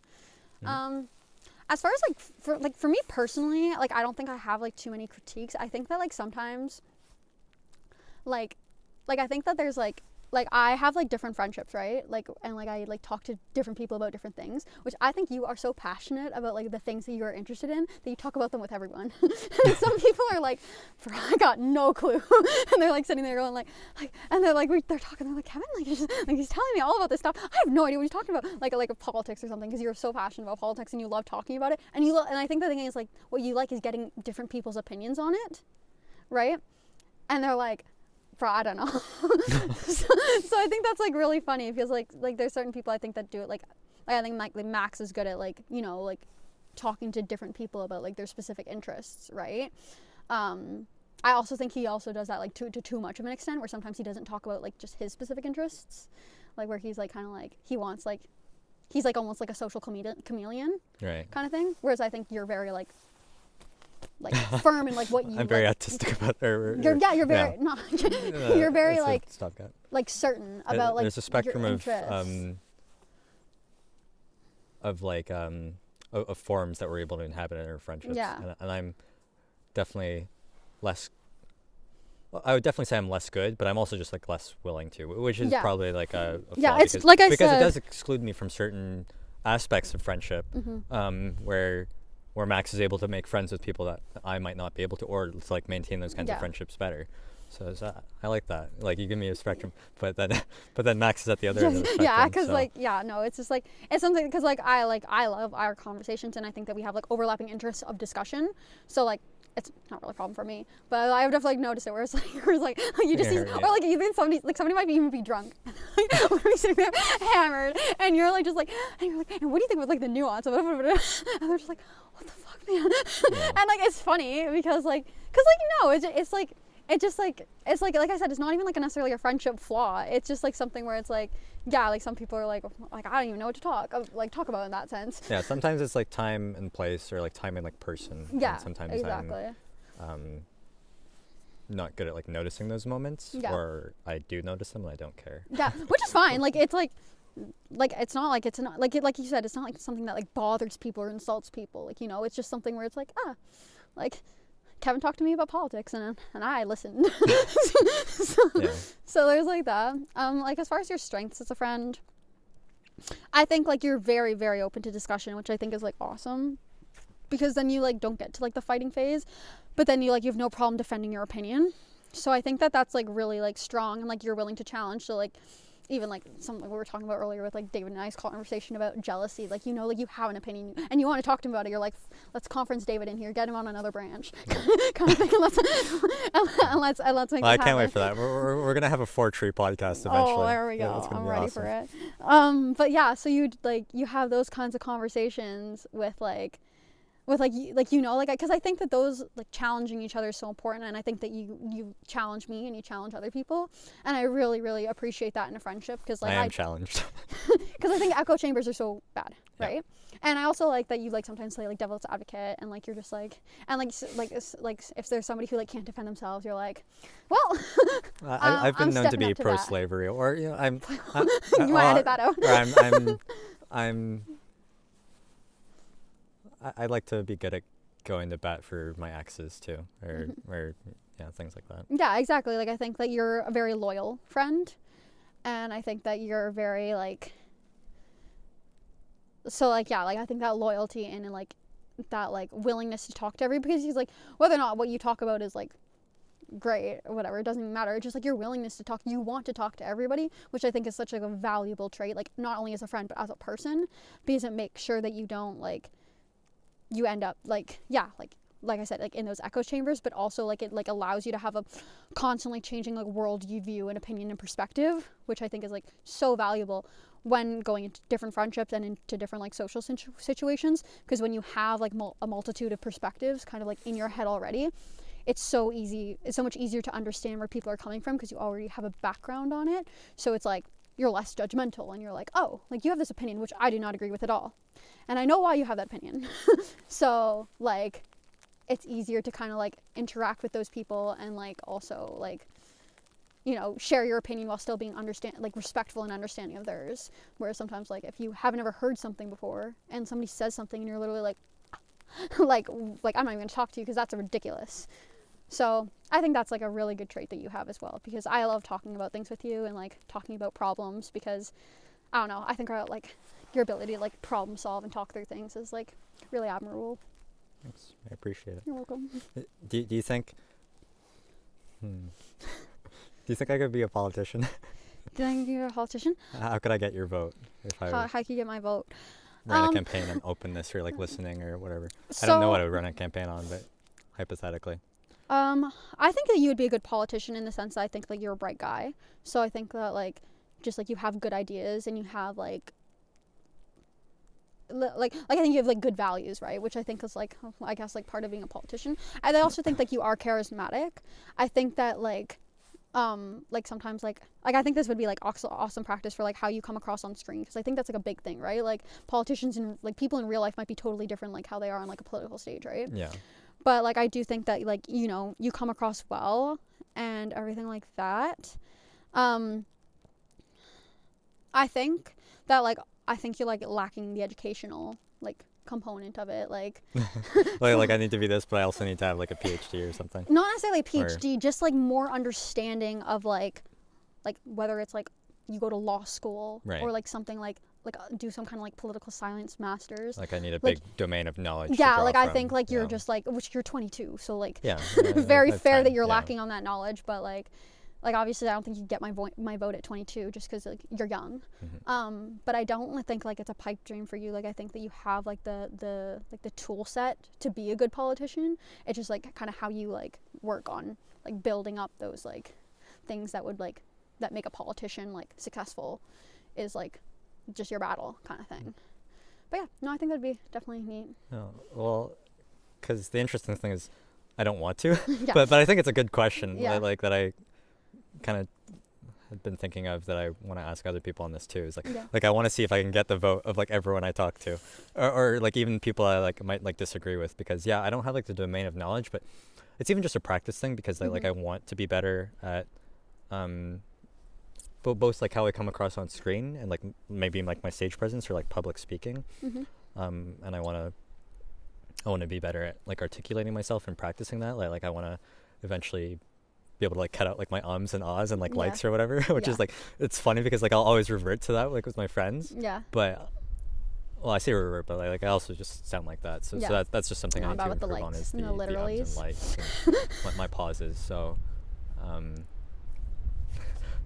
even as you could get my vote. There you go. I'll go with that. That's good. You could get my vote. That's the goal.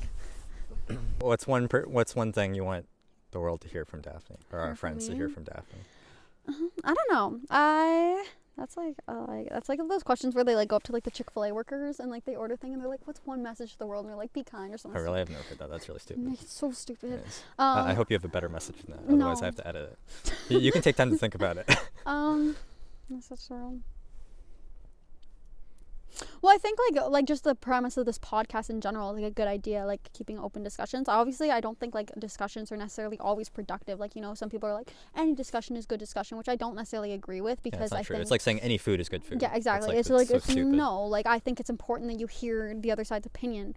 But I think like this is good because like, well, I mean, obviously it depends on like where you take this podcast and like who exactly you interview, because obviously like interviewing your friends, they're gonna have like common opinions about probably a variety of things, and probably more or less they're gonna agree with you than not, right? Because eventually I'll break out of my own exactly. echo chamber. So I'm like, if you eventually like, you know, get to that point, I think that's like really good. I like obviously really enjoyed that. A message from like me personally to the internet would be,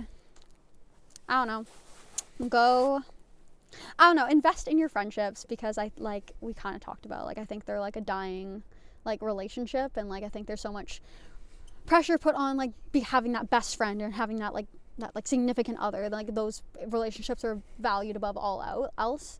But I think like investing in that, like it is a quality over quantity thing, but it's definitely like you want a variety of friendships, because there's different friends I go to in different situations and they all help me in a different way, and even if it's the same situation, I might get two totally different perspectives and they're both equally as helpful. Or one of them's not helpful and the other one kind of like is like, okay, yeah, that is more in line with what I think would be the best solution, you know? And I think it's really important to have that variety and to have that diversity within your own friend group, because I think it's like often not like valued in the same way that it should be. And I don't know, I'm so grateful